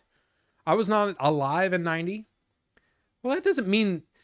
There's no rule that says, oh, this movie came out before I was born, I can't watch it. Dude, watch it. You might love it. I rewatched TMNT 07 to see if I liked it. Nope. Only decent part was when Raph and Leo fought. The rest of the movie was meh. I wasn't alive in the 50s and I watched those movies, so no excuse. That's true. I hope everyone is having a good evening. You too. I hope you're having a good one. I asked my mom to go see it in the theater as a kid. Sorry, Chris. I didn't mean to lash out. It's appalling that KP Senti thought there was only one TMNT movie. Tisk, tisk, tisk. Well, I mean, the Barnes and Noble near Times Square is not that great, but the one way downtown is much better. Oh, I'm sure. It's just like, dude, the Barnes, there's like 3 or 4 in kind of my sphere, like where I kind of go. And there's definitely one that's better than the others. But, I don't know. Yeah. How am I supposed to know? I don't like movies, remember? I mean, that's not true. That's true. Warehouse Dave, good to see you, sir. I don't know why I did that, but welcome. I have a dumb question. What is the meaning behind the name Order 42? Well, that's easy. Let me read you. Let's see. If I do this, and then I do this. Wait. Yes. I'm going to read this. This is from my description of my channel. Order 42 was originally conceived by Chancellor Palpatine in the Registry of Training Directives for the clone army utilized by the Galactic Republic. This directive stated that one should immerse oneself in the creative and artistic endeavors of all member planets of the Republic to promote understanding and perspective. This order proved so useful, especially in wartime, that Grand Admiral Thrawn, then a lieutenant at the Royal Imperial Academy, adopted Order 42 as a cornerstone of his military strategies. Yeah, I just made that up. Order 42 is simply about friends discussing movies, TV shows, books, video games, basically life, the universe, everything. So there you go. It's basically, I made up the Order 42 stuff, right? But what it was like, I've always liked Order 66. I was like, oh man, I could do an Order 66. And I'm like, yeah, but then people think it'll just be Star Wars. And I don't want it to be just Star Wars. Like what other number could there be? And then I get Order 67, but then people would be like, well, what is that? No, I don't know. And then for some reason, the idea of 42, a 2-digit number, 42, from the Hitchhiker's Guide, where what is the answer to the ultimate question? The meaning of life, the universe, and everything. And the computer responds 42. And for some reason, it was like I put the 2 and 2 together, and then I made up this thing about the that, because then it got me thinking. I'm like, well, what are the other orders? Order 66 is, basically turn against the Jedi, whatever. But what are the other orders? Is it something that each clone had to, basically, it's almost like graduation once you got to a certain point. And that's kind of how I was thinking. And so that's what it means. And hey, I still haven't watched, I haven't seen Hitchhiker's Guide mess. Well, I mean, it's a book that's like 40 years old. I don't know how old it is. But basically, I just like the idea of order something, and then I picked a number, and then I went with it, and that's how it went. And that's how it went. So, you haven't read it then. But anyway, that's what it means. That's where it came from, and it doesn't really mean anything. But the fact is, Star Wars is still a big part of my love of movies. It's what got me interested in movies, was Lucasfilm, basically. And so I wanted to honor that somehow. But then I like the idea that, I mean, just reading that, it almost sounds plausible, especially if you know Star Wars and Rebels and Grand Admiral Thrawn and all that stuff. It's like, oh yeah, he did use somebody's art, like like, oh, we're going to go conquer this planet. And what he would do is he would immerse himself in their art, because their art tells you something about them as a people and what's important to them, what they value, and all that kind of stuff. And then I thought, oh man, that's kind of what this channel is it's all about all the things that we like and we talk about, we love, and it's passion and all that kind of stuff. Anyway, sorry, I went too long on that, but there you go. That's what it means.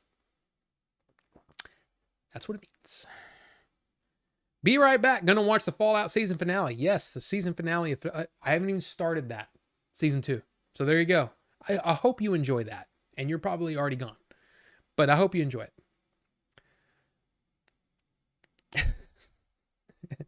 Yeah, Star Fox. Go ahead and buy the TMNT set and send it over to KP Senti. Oh, was the movie with these... Oh, that was banned when I was in high school. Oh, wow. I didn't know that. I didn't want to even say those words. Baz Luhrmann doing a new Elvis movie from found footage during research for his Elvis movie coming out February 27th. Epic Elvis Presley in concert. Oh, interesting. I didn't even know that was a thing. I think I mixed up Baby Boy and O. Happens all the time. I get different actors mixed up all the time. So no problem. Awful CG is hilarious in 4K. Yes, Cage and Scorpion fight is cool. Also, Liu Kang and Reptile fight is cool too. I don't remember that one. I just remember liking the Johnny Cage Scorpion one. And the one that came out a couple years ago was just effing awful. But you know what? The new one at least looks like it's hey, we're having fun here. And it looks like they're having fun, and I kind of want to see it. See, Bonobo Juice. I rewatched the original Mortal Kombat a few years ago. I couldn't stop cringing and laughing. That one doesn't hold up for me. I know. I don't even buy stuff for either my girlfriends or family, so nope. I Googled it and thought he was quoting Psalms. Oh. The context is I asked my mom to see it when it came out so it wouldn't be the 90s. Well, not everyone knows exactly how old you are and keeps that in the back of your head every time you say something, KP Cynthia. You know, we're all just, you know, and I would be curious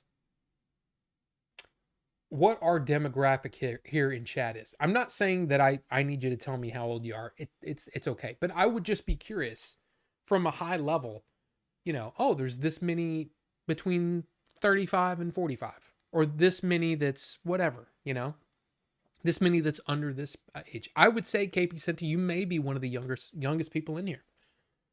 It's just a thing. So there you go. It means when he gets 42 shirts ordered, then he's going to choose someone to get one free. No. I mean, I don't know. Butterfly Effect. That's a pretty good movie. I actually like that movie. And I actually like, what is it? It's the Jim Carrey movie, the number, whatever the number was. I actually like that one. Number 23? 27? I don't know which one it was. Never knew the computer said it. Haven't read it then. It's fine. It's like reaching OT8. You find out the truth. Aston Kutcher. Oh, it's fine. It's fine. It's fine. The DLC. I just Googled it. OT in other spaces means one true number, like in K-pop. So you're saying I'm old? No. I'm not saying anybody needs to tell me. I would just be curious, because I think when I look at my demographics overall on my channel, there are a lot of surprises in there. But the thing is my channel is not the kind of channel that people subscribe to and watch every video. Now, I mean, I'm sure there's some people that do that, but because I'm like that. Like, if I subscribe to you, it's because I'm going to watch every single one of your videos eventually. Like, there may be a day when I just binge 4 or 5 of them in a row, but for the most part, that's how it works. But I think most of the people, like, there are older than me people that watch, and there's way younger, and I'm like, I don't get it. So it's hard for me to sit there and go, oh, I'm going to come out with a thing that's going to apply to this group of people. I just watch movies and go for it. So 43. I started listening to Rob when I was about 22, 23. Wow. That's crazy. The number 23 is great. There you go. 23. I haven't seen Butterfly Effect either. I just know of it. Order 42 is greater than number 23. Oh, well, thank you, Warehouse Dave. The Bridge to Freedom. Hello. All of you people, I'm barely 19. All of you are ancient. I'm 13. I'll be 52 in September. See? But I just find that interesting from it's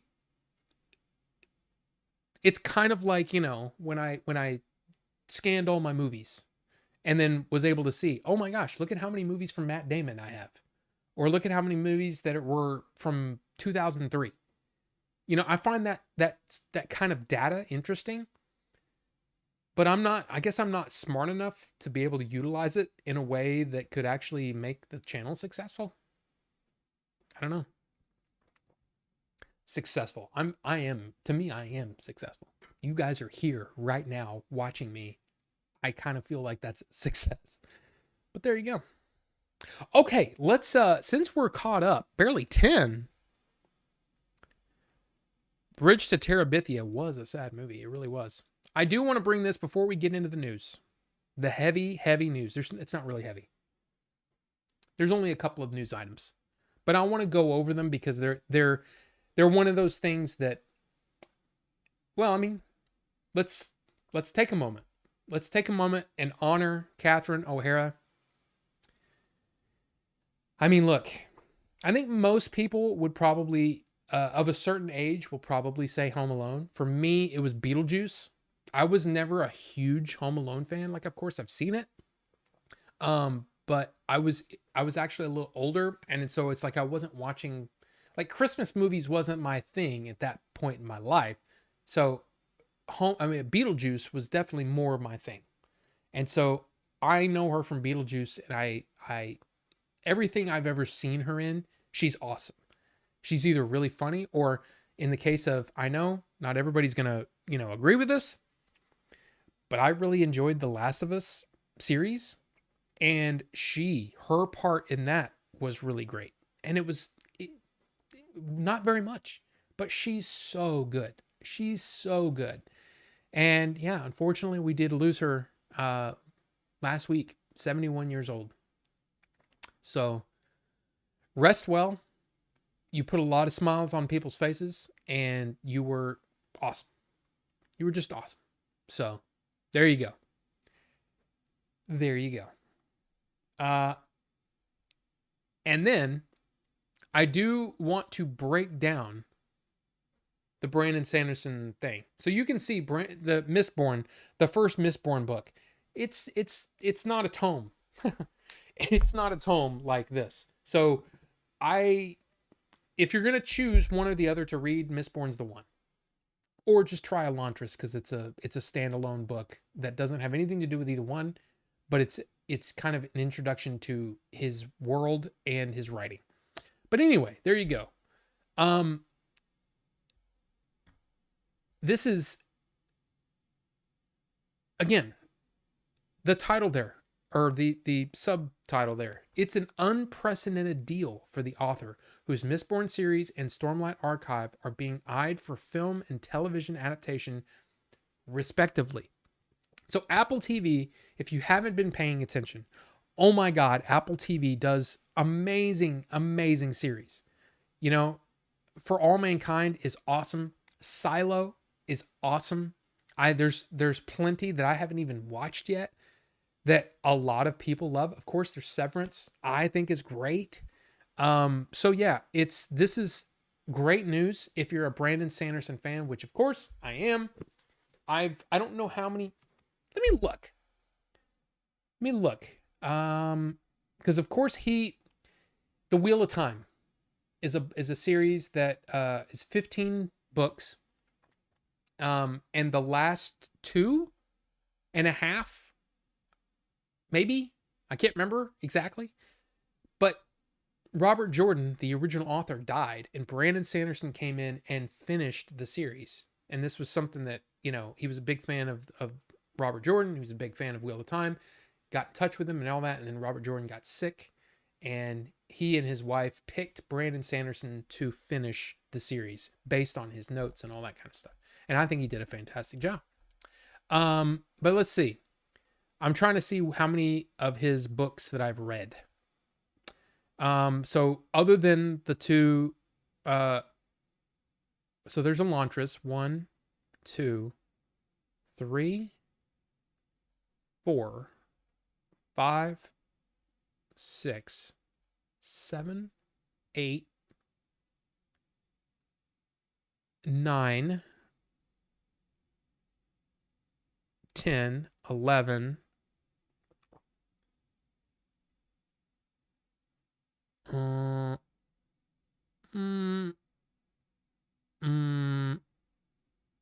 12, 13,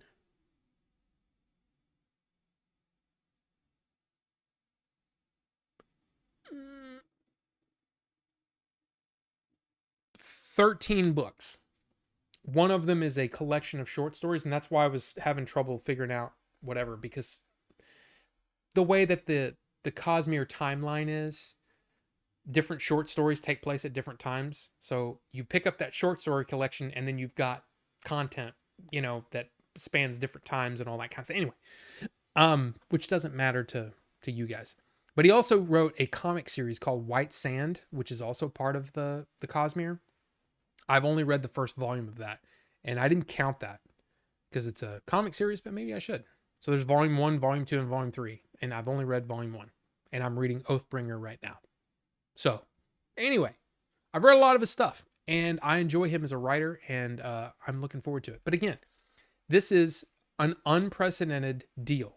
Sanderson will be the architect of the universe. He will write, listen to this, he will write, produce, and consult, and will have approvals. I don't know if that means approval over casting. I don't know if that means approval over, once the edits are done. I don't know exactly what that means, but that's crazy. That's a level of involvement that not even J.K. Rowling or George R.R. Martin enjoys. So this is crazy news if you're a fan of Stormlight or of Mistborn or of the Cosmere in general, because this could mean a whole lot of things. And the thing about Mistborn, when I was reading it, I saw the movement. His writing is very, some people don't like it. Some people don't like his writing. I like it because it is very cinematic in the way that he describes things and all that stuff. So I'm very excited about this. Super excited. Now, I don't know about you, but I'm pretty excited. So look, this is what Mistborn is. And of course, Mistborn has different eras. So his original trilogy took place a long time ago. Okay. That's the series that I would think will be the series that will be on Apple TV, or the series of movies that Apple TV or Apple will produce. So my guess is an original trilogy with those 3 stories, the original 3 stories. But then there's one that takes place, and it's more of it says it's set 300 years later with a Western / steampunk feel. And I've only read the first 3 of those. So I read The Alloy of Law, Shadows of Self, and The Bands of Mourning. I read those, and I really enjoy those characters, and I loved it. And there's still one more book to read there called The Lost Metal, which came out in 2022. I haven't read that one yet. And then there's an Era 3 that hasn't happened yet. It's a forthcoming trilogy set in a more modern era with details to be announced. So this is going to be the series of movies that they're going to do, which I would assume would probably be pretty high budget and would probably be theatrically released. So that's Mistborn. So what it is, it's an epic fantasy novel series divided in multiple eras, blah, blah, blah, blah. The first is a heist story in a world ruled by an immortal tyrant, which is so much fun. It's such a fun, that first book is so much fun. And then it gets a little more serious, but I really enjoy it. The magic system Allomancy involves burning metals for powers, and the series is known for its intricate world building and detailed magic. So basically, you swallow small bits of metal and you burn them and it gives you powers. And only certain people are able to do that. And they can be anywhere from, the richest of the rich to the poorest of the poor. And it's really cool. And I really like it. So anyway, that's Mistborn. But then Stormlight, which will be, like I said, this is more of the Game of Thrones, the more epic, whatever. This is still in the same universe that he's created, but this is an epic high fantasy novel series by Brandon Sanderson, set in the Cosmere, focusing on the world of Roshar and its powerful storms, aristocratic conflicts, and the return of the ancient Knights Radiant. Planned for 10 books. I didn't know that. I didn't know it was supposed to be 10, but I've read the first 2 and I'm reading the 3rd one now. So anyway, this is the one that's going to be more of like a Game of Thrones type of situation where I could see that really taking hold of, the world. and being kind of as big a deal as Game of Thrones was culturally. But we'll see.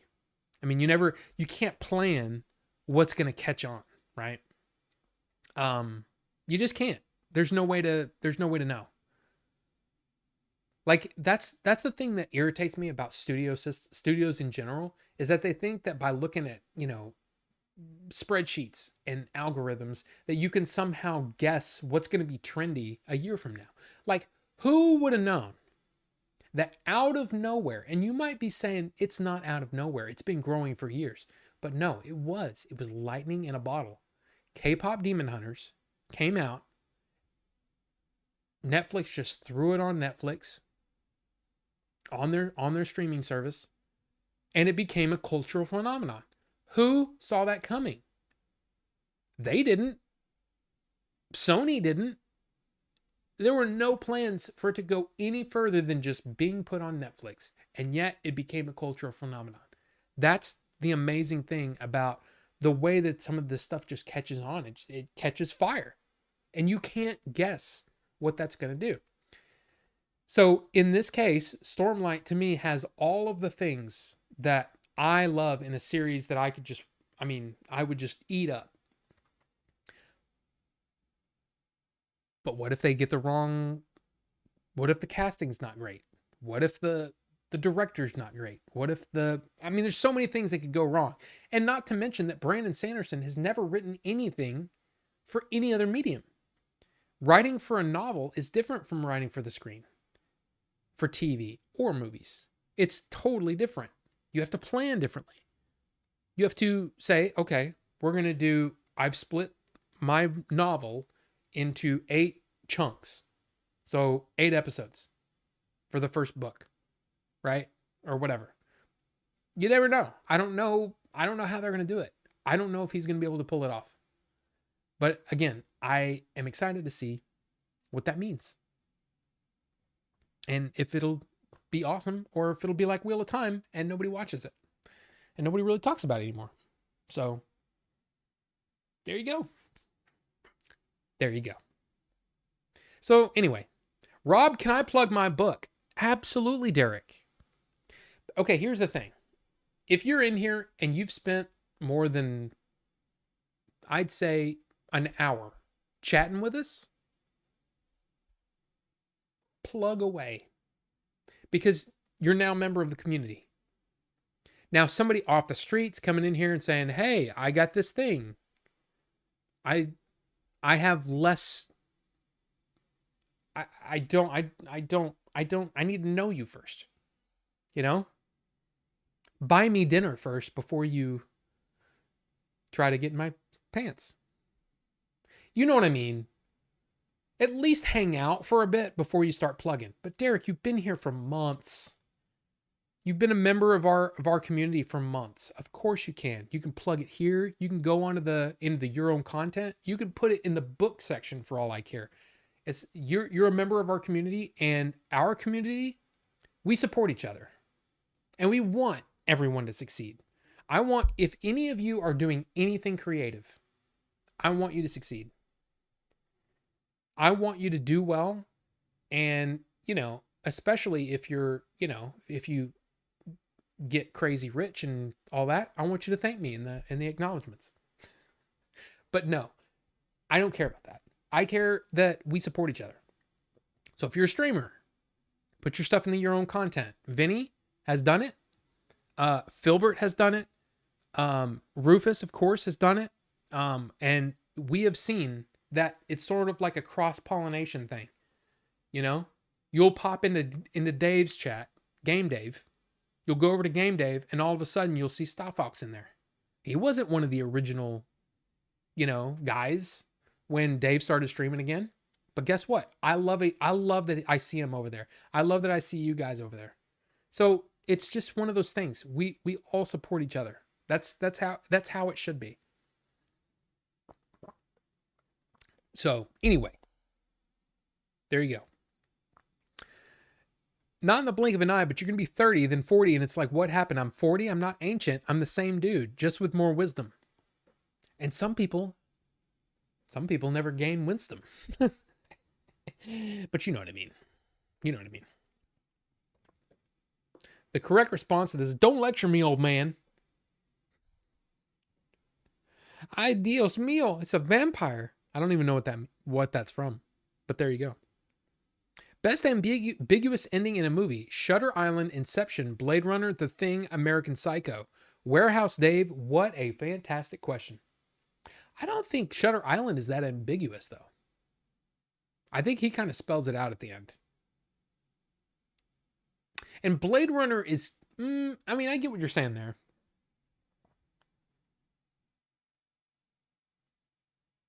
Here's the thing.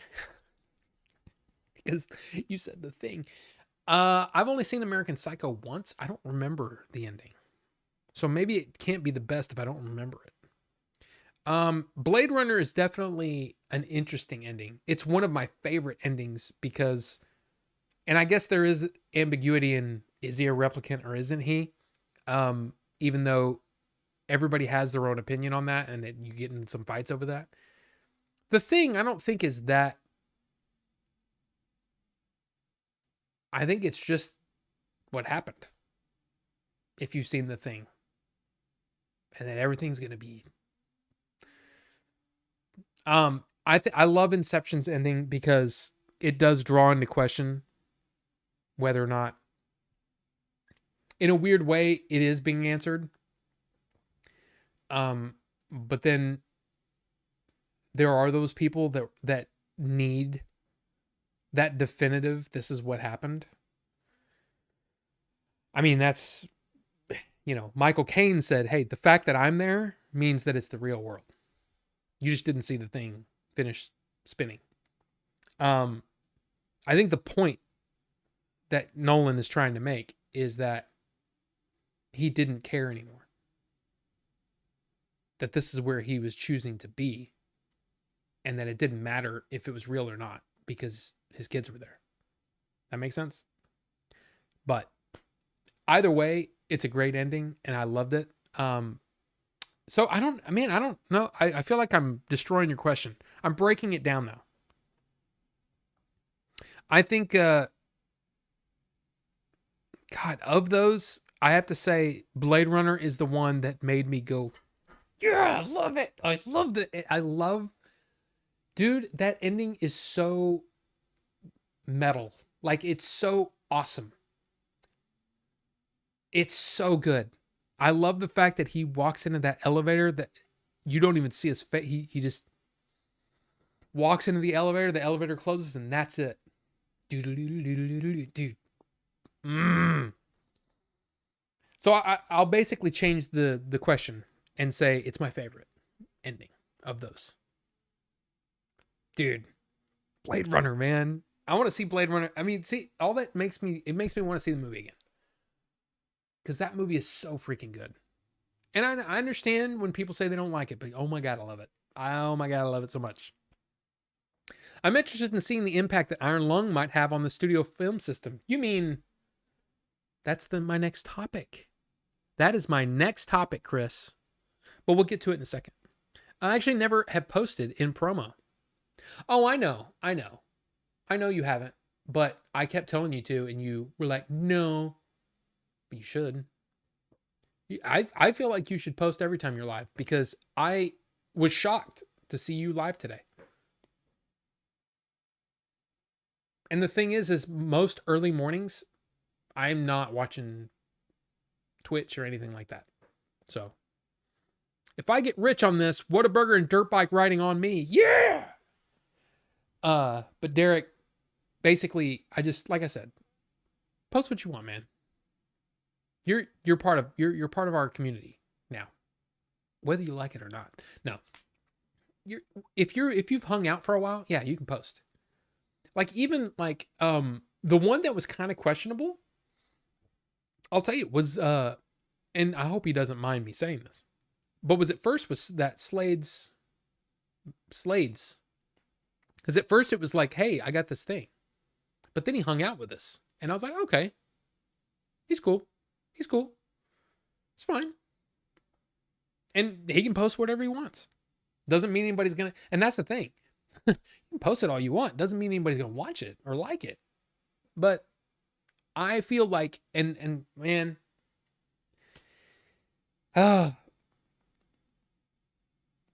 it's such a weird thing, creation, because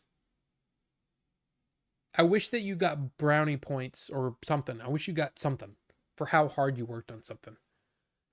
Because it seems to always be the case that if I spend a lot of time on something, it doesn't do well. It doesn't do well. It's something that I'm passionate about, and it's like this much of my subscriber base. But the thing is even that, even if you look at the wide world, there's still only this many people that are really into Wes Anderson. You know what I mean? To watch that collection video that I have. There's still just a very small number of people that actually like Wes Anderson enough to have bought that set, or to want to buy that set, or to be interested in what's in that set. And to listen to me wax poetic about 10 movies in his filmography. But I really enjoyed making that. And it's the most, I will say, it is the most time I've ever spent on an Order 42 video. And it just didn't catch on. And that's fine. It's not about the views.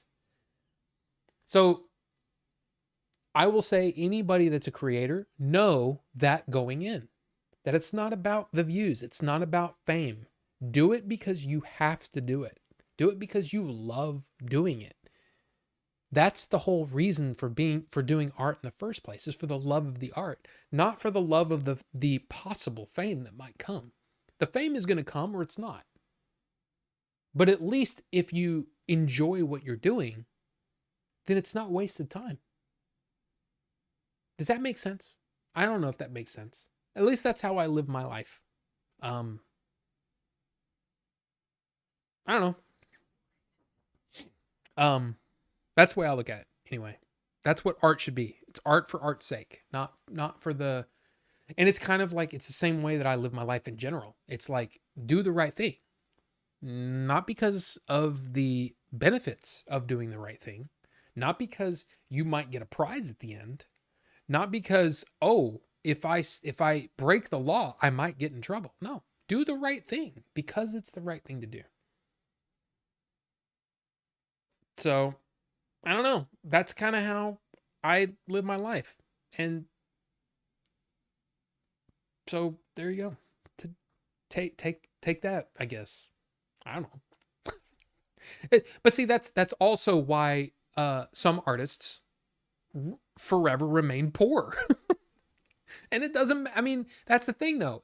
I don't know, man. We all end up at the same place. We all end up with,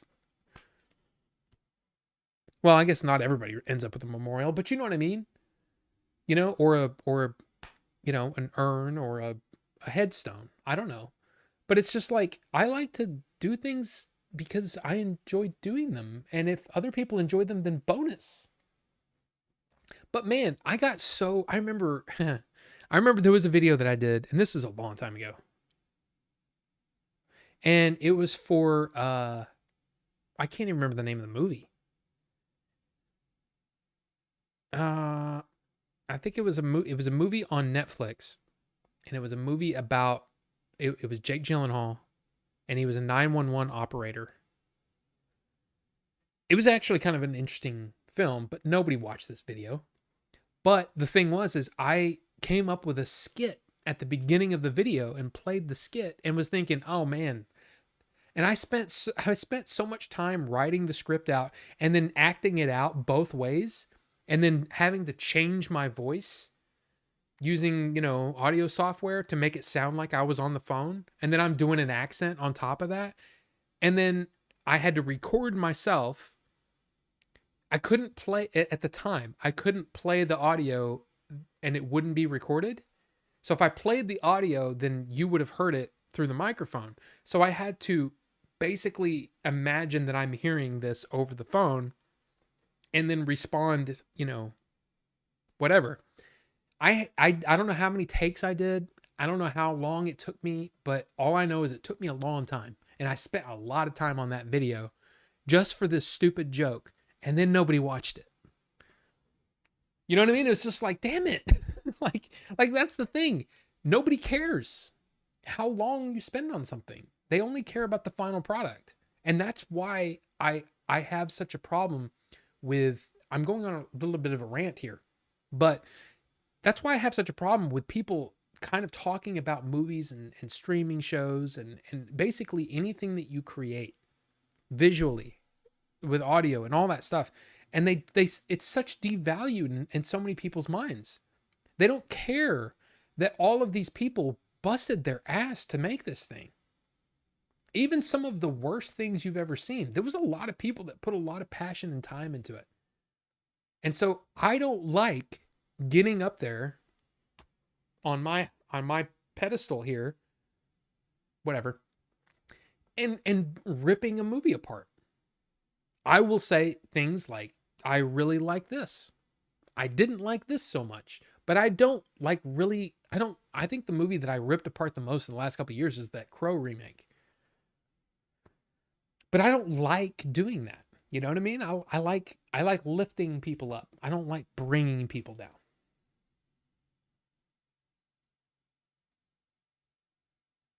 Now I can't remember why I started talking about that.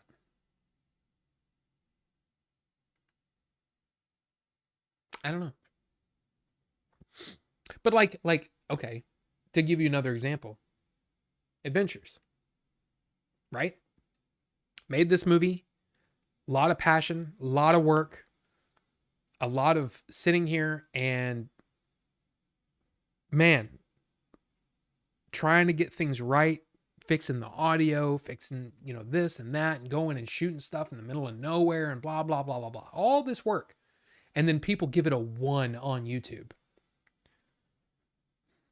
Or on not on YouTube, on IMDb.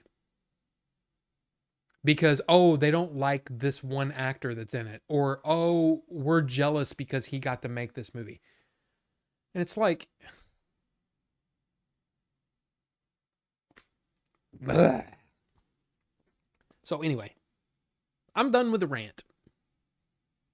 Stutter Island. Everybody's, I should make fun of stutters.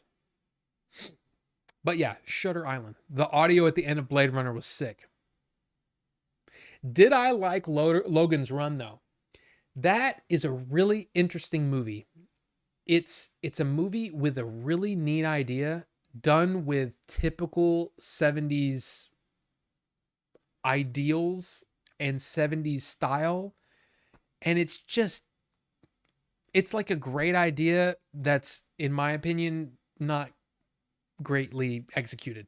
There are things I like about it. It's also weird that this is a PG movie with a, with an orgy in the middle of it. That's weird. But it's in it. And Jenny Agutter is a pretty, you know what I mean? But all I'm trying to say is it's not a great movie. But there are some cool ideas in it. If they came out with a 4K of that, it would be really difficult not to want to buy that. Just because of the history behind it, just because I got that, what was it, Retropalooza a couple of years back was right in front of those fountains. And I got that really cool shot of the fountains for, I don't know. I might have to get it. I might have to get it. So, I don't know. Not in the theatrical version of Blade Runner. What are you talking about? Okay, Shozama, what are you talking about? Because the original theatrical version of Blade Runner ends that way. It's a shame she won't live. But then again, who does? He's looking at the thing and then he turns and walks into the, and then that's the theatrical, is it not? Or am I misremembering? I'm pretty sure that's the theatrical version. Like the original theatrical version. One of us, one of us, one of us.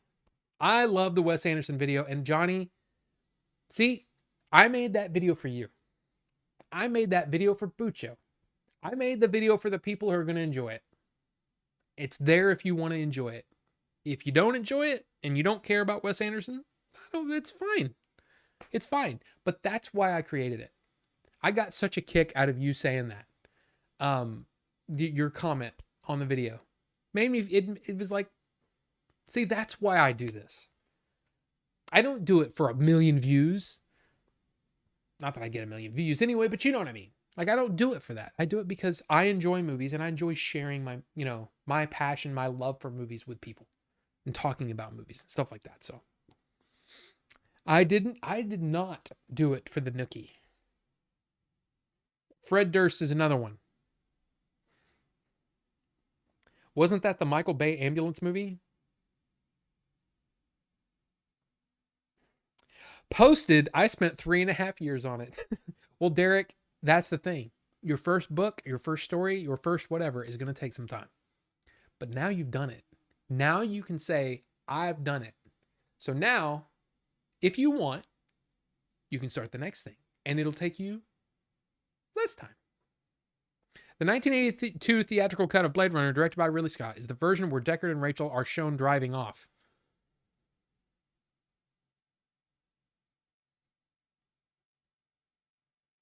Is it? I thought that was the...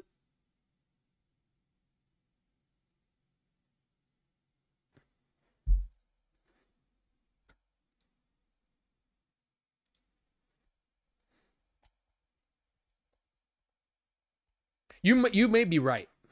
But if it is, that's terrible. I hated that. Well, and that's actually, by the way, little tidbit for those of you who may not know. Ridley didn't have a whole lot of money to shoot this because that was what the studio wanted. He borrowed the aerial footage. I say borrowed. He got the footage from Stanley Kubrick's flying shots from The Shining when he filmed The Shining. You're probably right. I just thought that was, for some reason, I did not think that was the original ending. Oh yeah, Blade Runner theatrical cut ends featuring a studio mandated happy ending. Okay, you're right. But thank you, Shazama. Yeah, I don't like that ending. See, the first time I saw it, and I guess maybe that's why, is because the first time I saw the director's cut. Well, it wasn't even a director's cut, actually. It was a version of the movie that the studio put together and said was the director's cut, I think, if I'm not mistaken. But anyway. Lift me up, Rob. Yes, Justin. Yes. Art for art's sake. People devalue entertainment. Well, and that's the thing, is that and I think that's part of the reason why it's irritating when people just, and this is, again, I'm not judging, but for me, it's irritating to hear when people they just download everything, torrent everything. In a way, I understand it. But the theory that, oh, well, I wouldn't have bought it anyway. Then guess what? You don't get to be entertained for free by that. I'm sorry, but that's the way things work. That's the way things should work. Now, the fact that you're breaking the law, because let's be honest, if we torrent something, we're breaking the law. Now, whether we'll ever get in trouble for that, but all I'm saying is that is technically breaking the law. You're doing something wrong.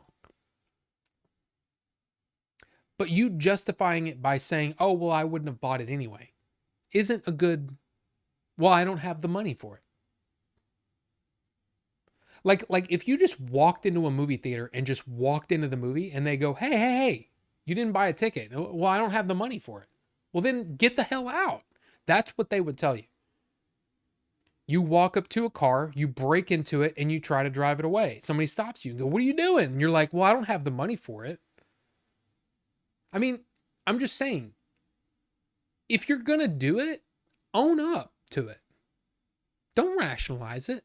Just say, hey, I am taking this. Sorry, but I am. Okay, well, at least I can respect that because You're honest with yourself. Don't. You can't rationalize that. Now, if you said, this movie is not available for me to purchase in any way, shape, or form. It's a movie that's basically lost to the studios, to all the streamers. It's not available on Blu-ray or DVD. Go for it. That's what the internet should be for, is preserving that art. And I'm all for that.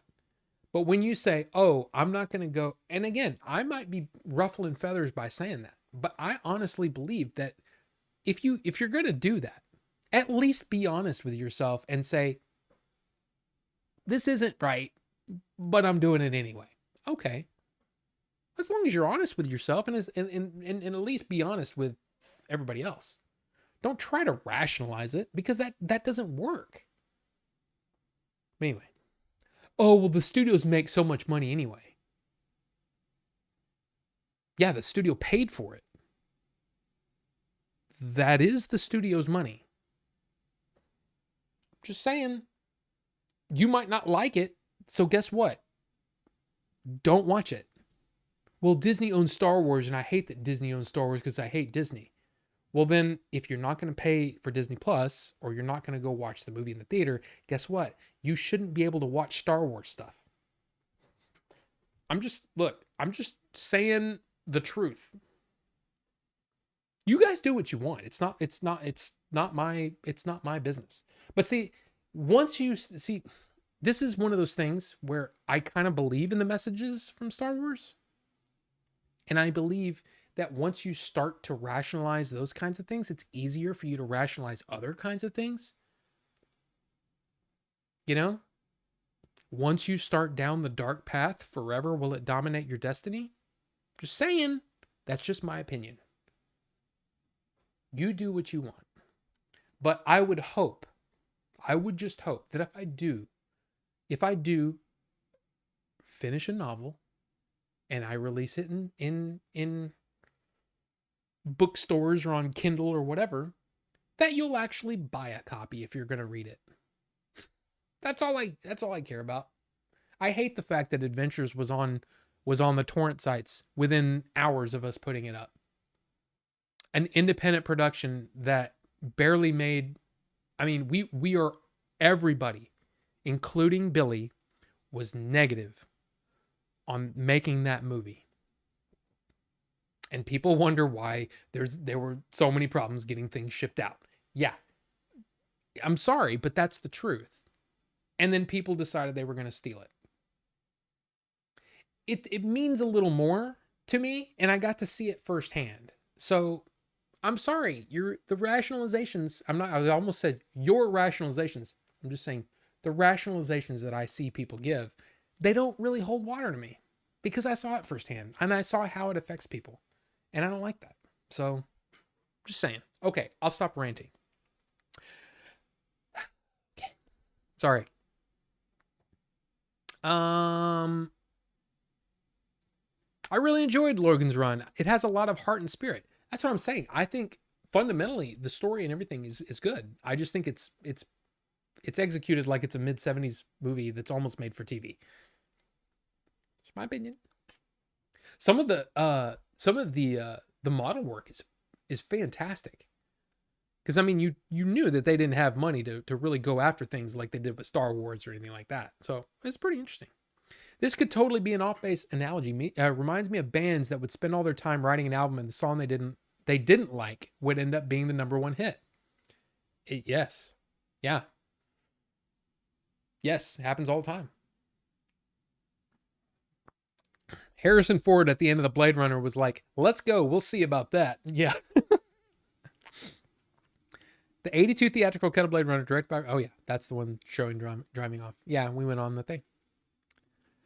The one with the voiceover. But see, the director's cut has the voice... Wait.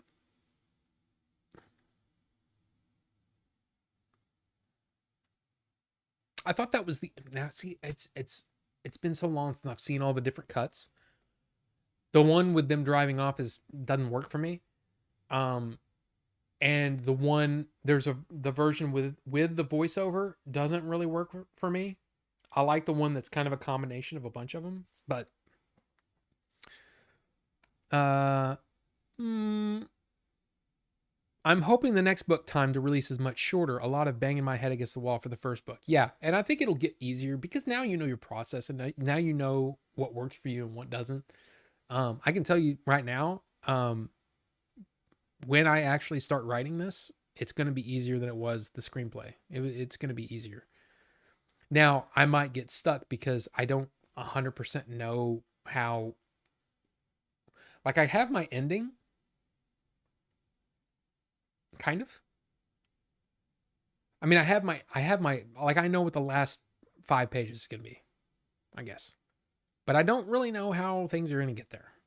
And maybe I just need to start writing so I can figure that out. Because that's the thing, is that once you start writing, things start to reveal themselves, and it's kind of awesome. Someday when you're famous, I'll be able to say, I remember that guy on Rob's stream back in the day. Exactly. I mean, how cool would that be if any of us got like huge, crazy success? You know, who knows? You wouldn't download a cookie, would you? See, and that's the other thing. Like, yeah. Hey, I took these cookies. Why didn't you pay for them? I didn't have the money. You don't get the cookies then. That's the way I look at it. I'm sorry. I do the right thing, but anyway. Not Gary. Not Gary. Yeah. What's up, man? How's it going, man? I saw that Blade Runner first since it was the version shown on the UHF channel that had Saturday movies along with 80s Dune, The Good, Bad, and the Ugly, Conan the Barbarian, so many movies I still love to this day. Yeah. Yeah. There were so many movies that I got turned on to back then that I saw on TV for the first time, and then getting to see them on DVD for the first time, seeing the uncut. It's like, yes, so great. So great. I want to buy Megalopolis. Let me buy it, Francis. Well, I think I saw that they were going to release something. I could be wrong, though. But as you can see, I did buy it. This movie, look. It is a steelbook. This is the Italian version from Italy. It does have the movie in English. No subtitles in English, which is kind of a bummer. And all of the supplements are subtitled in Italian. But it actually looks pretty great. The movie looks great in 4K. It's not a great movie, but I had to own it. I just had to. And I also like how, I guess in Italy, they read right to left, I guess, or something, because this is not like usually you've got your, here's my copies of, right? You got your movies there. And then when you put them on the shelf, they're like that. So it's, right? If I do the same thing, it's different. So anyway, interesting stuff. But I have it 4K. So there you go. There you go. I had to import it and it was expensive and apparently sold out. I could be wrong. There's also a 4K copy of Once Upon a Time in America that was released only in Europe. And I was this close. Because Once Upon a Time in America is the one with Robert De Niro. It's Sergio Leone, right? One of his final films, I think, right? I don't know if it's his final film. America. Am I losing frames? I've dropped 26 frames. My internet is going really slow. Really slow. Really slow.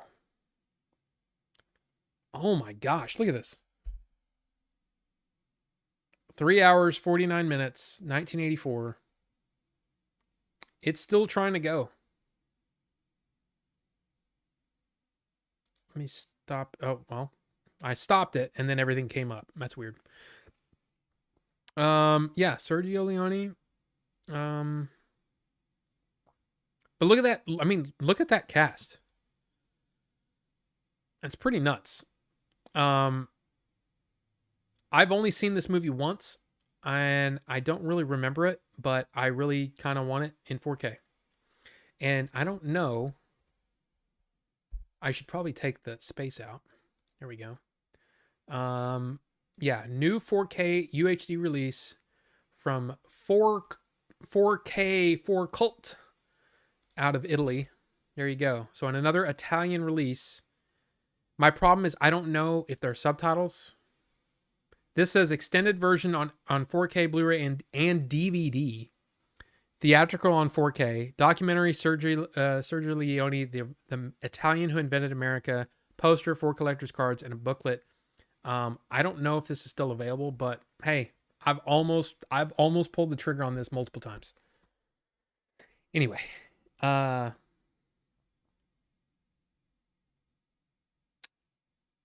insane. It was up in hours. I don't know what you're talking about. My new album isn't available online due to this reason. I bought my copy of Adventures on Amazon Prime. I mean, look, it's like I said, I'm not trying to tell anybody what to do or how to live. But again, it's honesty is like one of those things. It's kind of like I don't know. To me, it's like a talisman. There's so much crap in the world, and I'm at least going to be honest. And mostly, I'm going to be honest with myself. I don't know. I would download a car. I am indeed a monster, a self-aware monster. I mean, okay. If it was possible to download a Lamborghini, I mean, culture is free. Nah. No.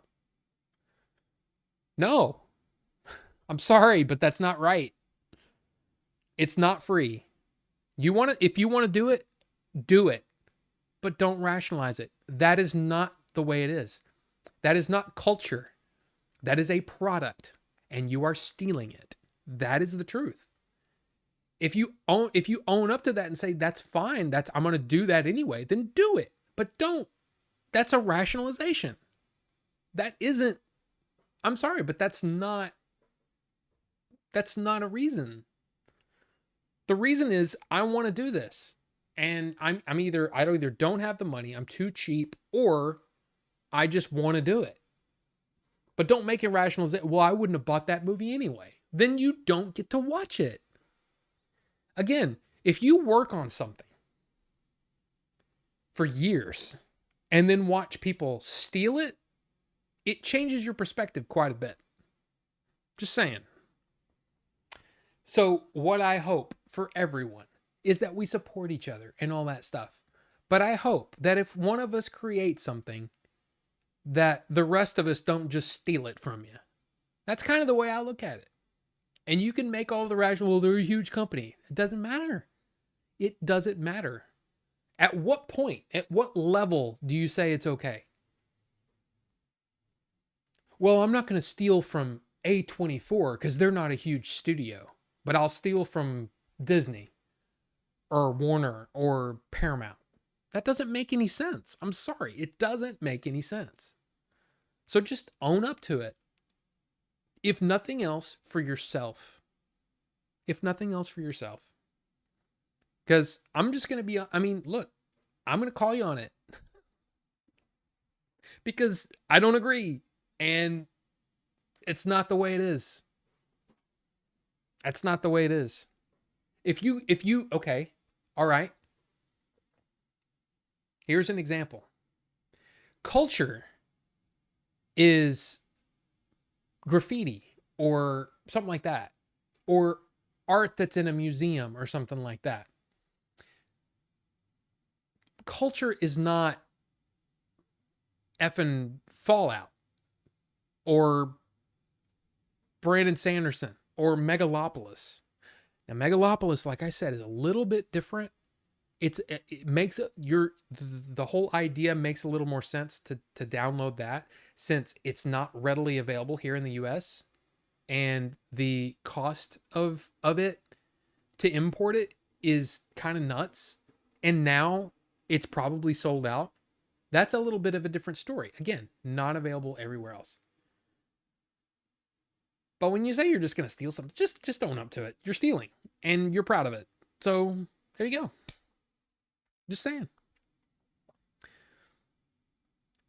The thing with downloading, it's a copy, not like a physical item. If you are watching it and enjoying it, it's not right. Now, I say this because in a lot of cases, the movies that we're watching on our little thing, you know, our little hangouts, those are torrented copies. So, but I'm telling you, that's how we're able to do that, because there's no other way to do it. I chose to do that. But I'm being honest about it. I'm not saying, oh, that's okay. I'm just saying that's what happened. I bought an autographed version of Adventures. But people do need to get paid. Exactly. I will watch Megalopolis. I heard the only way to stream it is by flying on some transatlantic flights. Rippernet. Joe Pesci's got that Hulk stash. I mean, look, that's a great cast in that movie. I don't know. You're not supposed to feed the gremlins. Ooh, 4 postcards and a photo book. I would want that. See? And that's the weird thing. Like, these big elaborate editions, I don't really care about. I just want the disc content. Now, I go off and I buy pretty expensive editions like this with a big box and all that kind of stuff. I get it. But for the most part, I'd rather just have a standard edition. Hats off to anyone who can take a group of ideas and organize them enough to put it on a page. There are a lot of steps between idea and a completed book. No small task. Metal Raven. Thank you, sir. And yes, it's absolutely true. I hope you're doing okay. The internet and random services have all been a bit sus the past couple of days. The ghosts seem to be stirring. Oh, no. Oh, before we go, I do want to... Oops. That's the Once Upon a Time. I do want to just say that this is awesome. You know, Iron Lung, Markiplier, cries after self-financed movie debuts to $21 million globally. A hero's moment to show indie filmmaking is possible. Okay, I have a couple things to say. Yes, it's super cool that a self-financed movie like this, apparently $3 million to make this movie. A self-financed movie debuts to $21 million globally without the studios. That he basically got this thing by word of mouth. He didn't spend a whole lot on any kind of traditional marketing, whatever. But come on, okay? Let's not pretend that Markiplier, with his 38 million subs, is the same as everybody else trying to make a movie. I mean, I'm not saying that he's wrong. It's freaking awesome that, you know, he turned that $3 million into $21 million in one weekend. I think that's his movie in one weekend. I'm sure it took a long time to make the movie, but what I'm trying to say is you can't just say that, oh, indie filmmaking is great. No, if you have a 38 million people that you can freely say, hey, I'm making this movie, I'm really proud of it, and I really wish you'd go see it. And then you get because of your huge following, you're able to get the attention of other outlets that are going to freely help you market. Like, you know, when Variety probably posted about, oh, Markiplier's, you know, famous YouTuber Markiplier made a movie with his own money and he's putting it out in theaters.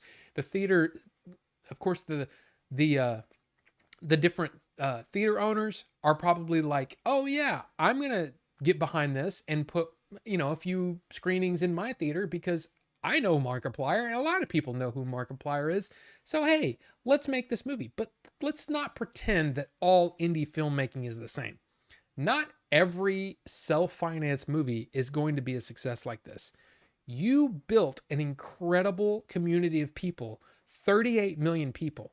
Not every indie filmmaker has that kind of reach. So I'm just saying, I love that this happened for him. I think Markiplier is one of the best YouTubers like in the history of YouTube. I love him and I think he's awesome. But let's not pretend that any indie filmmaker can come out and make $21 million. Because what I've heard is that the movie is, I'll just say, divisive at best. What helped is that you were able to go on your YouTube and your rabid fans went out and supported your movie. And I think that's awesome. I think that's great. But again, let's just be honest. Not indie filmmaking is equal. I'm just saying. It's not all equal. And yeah, I'm just saying. Like I said, I'm very proud of him. I think that's awesome. And I'm super proud. And honestly, look, because of this success, he's apparently it was news that I read. I don't know if this is true. It was just something that I saw today and I didn't have time to actually look into it.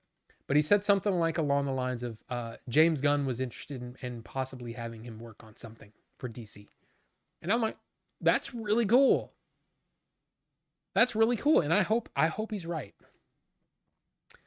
But let's not pretend that every movie from every indie filmmaker is equal. Not every indie filmmaker says, hey, I just wrote this really cool, this really amazing story. Oh, okay. How many subscribers do you have on YouTube? It's not the same.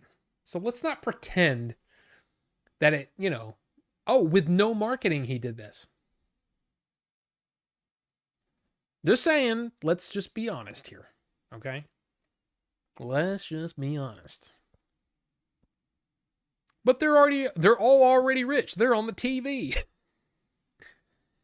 Still not the same. If music is culture, other medias most certainly are. No, Rufus. Music is not free. Now, if you want to record it off the radio, sure. But you downloading it illegally is not right. Again, there's going to be people, like I said, there's going to be people that disagree with that. But I think you're rationalizing. If you're downloading it, you're stealing it. And that's it. Just be honest. Mega la la la pla pla pla plus. I'm not going to steal it. I was joking that it was almost like my white whale. Oh. I don't. Oh, to be able to watch it is almost impossible. Oh, that's true. But the thing is, though, I mean, I almost just said, well, it's not available here. I was just going to download it. And then I saw that and I'm like, okay, I've already seen it. I already didn't like it. But my thing is, I didn't just want the movie.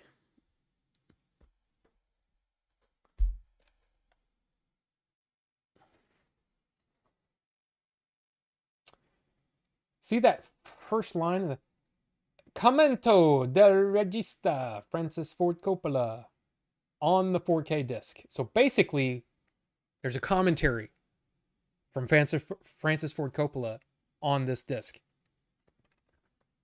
You could probably find that somewhere, but I was like, I want that. I think Francis Ford Coppola's commentaries are some of the best commentaries, period. You point at a Francis Ford Coppola movie on disc, and you're going to get a great commentary from Francis Ford Coppola. So that's why I bought that. So there you go. Season finale was dope, but has now opened the door to many unanswered questions. Nice. He made a movie? Yes, Wraith. It came out in theaters this weekend. Iron Lung. And it's based off of the See, here's the thing too. I also knew about that movie. I talked about it on this here stream months ago because I'm also a fan of, I actually enjoyed watching the game because Jacksepticeye, another one of my favorite YouTubers, played the whole game on stream. And I thought, man, what a cool idea. And apparently the movie is just like the game. And the game doesn't answer a whole lot of questions, which is what I kind of liked about it. So I'm kind of wanting to see the movie. You live under one of the weirdest rocks ever, dude. The amount of theaters that even screened his movie is insane. Yeah, but they knew because they know that at $38 million or $38 million, not dollar, 38 million subscribers is not, that's pretty nuts. I only watch Rob for movie YouTube. That barrier of entry into the movie industry is almost impossible to achieve. I mean, I'm not going to say it's a once in a lifetime thing, or it could very well be a flash in the pan. I'm not going to say that because I think he's incredibly smart. If you've ever watched a Markiplier video, what he's able to do, I also think the same thing with Jacksepticeye, who was, if you're into video games, the movie or the game Dispatch, he played one of the roles in Dispatch. Very, very successful game. Very happy for him. I still haven't watched any of the Let's Plays though. I'm not into those kinds of games, but I kind of want to watch the Let's Play just so I can, see what the game's all about. I just got Brandon Sanderson's new book in the mail today. Vinny, you missed our talk. I basically was saying that it's kind of amazing that he's gonna write, produce, and consult, and also have approvals. I mean, if you read the article, you saw that, but it's still kind of unprecedented and kind of crazy. By the way, only 43%. Well, 43% of the people said, "What's this reading thing?" Only 19% of the people in the chat voted that, yes, I love Brandon Sanderson's work. 8% said yes, but I couldn't get into it, which is understandable. 30% no, not interested. I can understand that too. But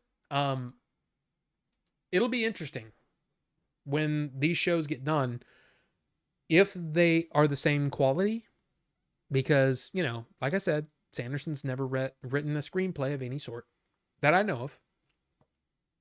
But we'll see. We shall see. I'm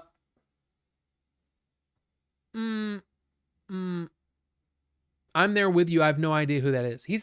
Basically Markiplier is one of those guys who basically got his following because he was following sort of in the footsteps of PewDiePie, I guess you could say. He's a Let's Play kind of guy. He'll play an entire game and with commentary and all that stuff. And both he, PewDiePie, Jacksepticeye, those are kind of, at least in my mind, the top three Let's Play guys. And I was watching a lot of Let's Plays when I was getting, in recovery from all my surgeries. I think they're hilarious. And I love watching them play games. And so yeah, I think Markiplier is awesome. And Markiplier is also famous for that his Try Not to Laugh series, which he watches videos from the internet and tries not to laugh at them, and those are really, really funny. Some of them are kind of like he's obviously kind of playing that up, But man, there's one of them when he goes, I'm sure most people have seen that video of the guy reading like Quora questions, and it was all about, Pregnant and all that stuff. And watching him react to that video for the first time and him laughing and just dying. I mean, I was cracking up. It was so good. So anyway, Markiplier's awesome. I would say check him out. He's pretty great. Thanks for standing up for music. Thank you, Justin. But it's just true. It's just true. I mean, I'm sorry, but it's just true. And again, I'm not telling anybody how to live, and I'm not telling anybody what they should and shouldn't do. But all I'm saying is, if you're going to do it, Be honest about it. Say, I'm taking this. I mean, that's what you're doing. And again, once you start down the dark path, forever will it dominate your destiny.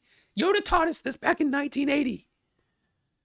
Anyway, iTunes ruined the perception of value of music.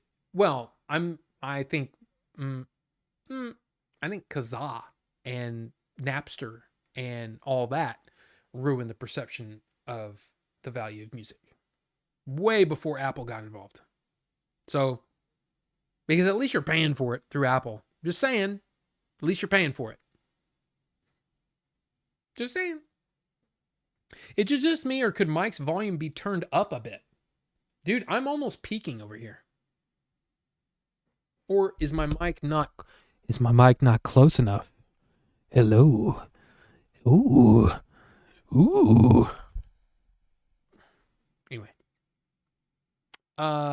We need Video Spotify for the pirating issue to go away. If I had a reason to try to justify things, I'd say that there's a decent enough platform for me to pay into. We were close with OG Netflix. I mean, not Gary, you're not wrong, but it's still, you're being honest about what you do. And that's fine. Like I said, it's not me. All I'm saying is, from my perspective, watching how it affected, Billy, to see his movie being downloaded for free minutes after he put it up, it's a little disheartening. And yeah, you might say, well, that's Billy. But it's really the same. Stealing from one person and stealing from a company it's still the same thing. But just saying. I loves me a great commentary. Me too, Johnny. You and I have talked about that. Love commentaries. Quite impressive how you pull off a movie out of the game. Dispatch was an interactive movie, really. Yes, that's what I've heard. Pepin, and I'm not sure if I have ever seen you in here before, but welcome. I'm glad you're here. I'm always glad to see new faces in here. It's great. It's cool. But yeah, I kind of it's like the Telltale games, correct? But I still haven't played it. After Rafe Judkins royally effed Wheel of Time, maybe someone finally figured out, hey, we should lean on the author. Maybe. Judkins. Rafe Judkins. I remember getting into Marky when VR was flying off. I'm not sure what Marky is. I've never heard of any of these people you're talking about. If it ain't behind a paywall, it's a free-for-all. Hello, Steve. Good to see you, sir. I mean, I'm just saying. Hot. Lick the mic. Sorry. It has been really quiet the entire stream? Is it because is this better right here? It's probably because my mic was a little lower, maybe. Hello? Sorry. Sorry. Nobody said anything. I didn't say anything because anytime I do everybody says it's fine for them. Stealing is stealing. But look, it's 10 o'clock. And you know what that means? It means it's time to jump over on the Discord. So again, if you are not a member of the Discord, oops.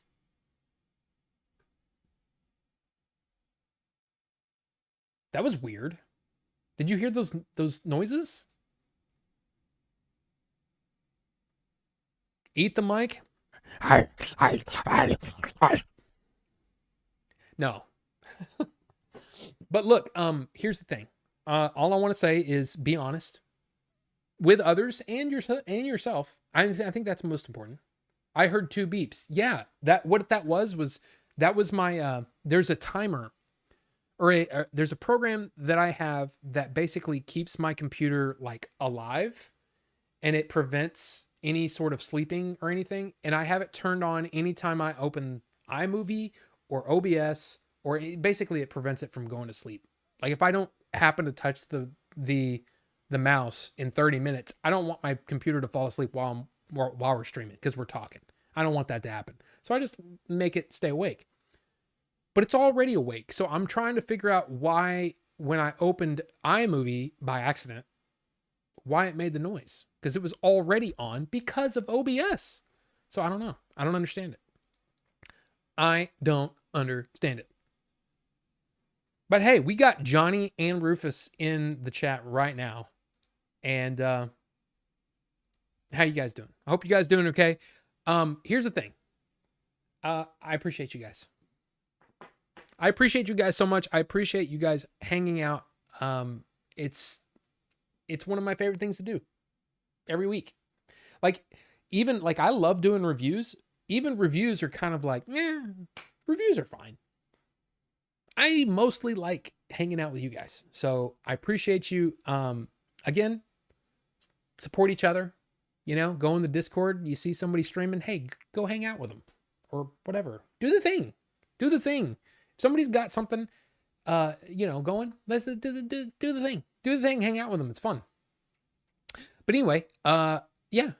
I hope you guys have a great week, great weekend, a great Thursday. If you hang out over on Game Dave's channel, then hey, that's a thing.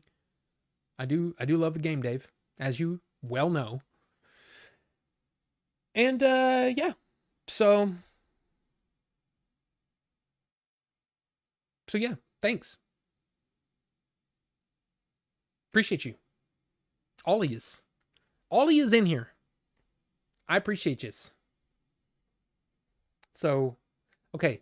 So do I goodbye. do I do the burnt peanut bye? I would. A good night. Good night. A good night.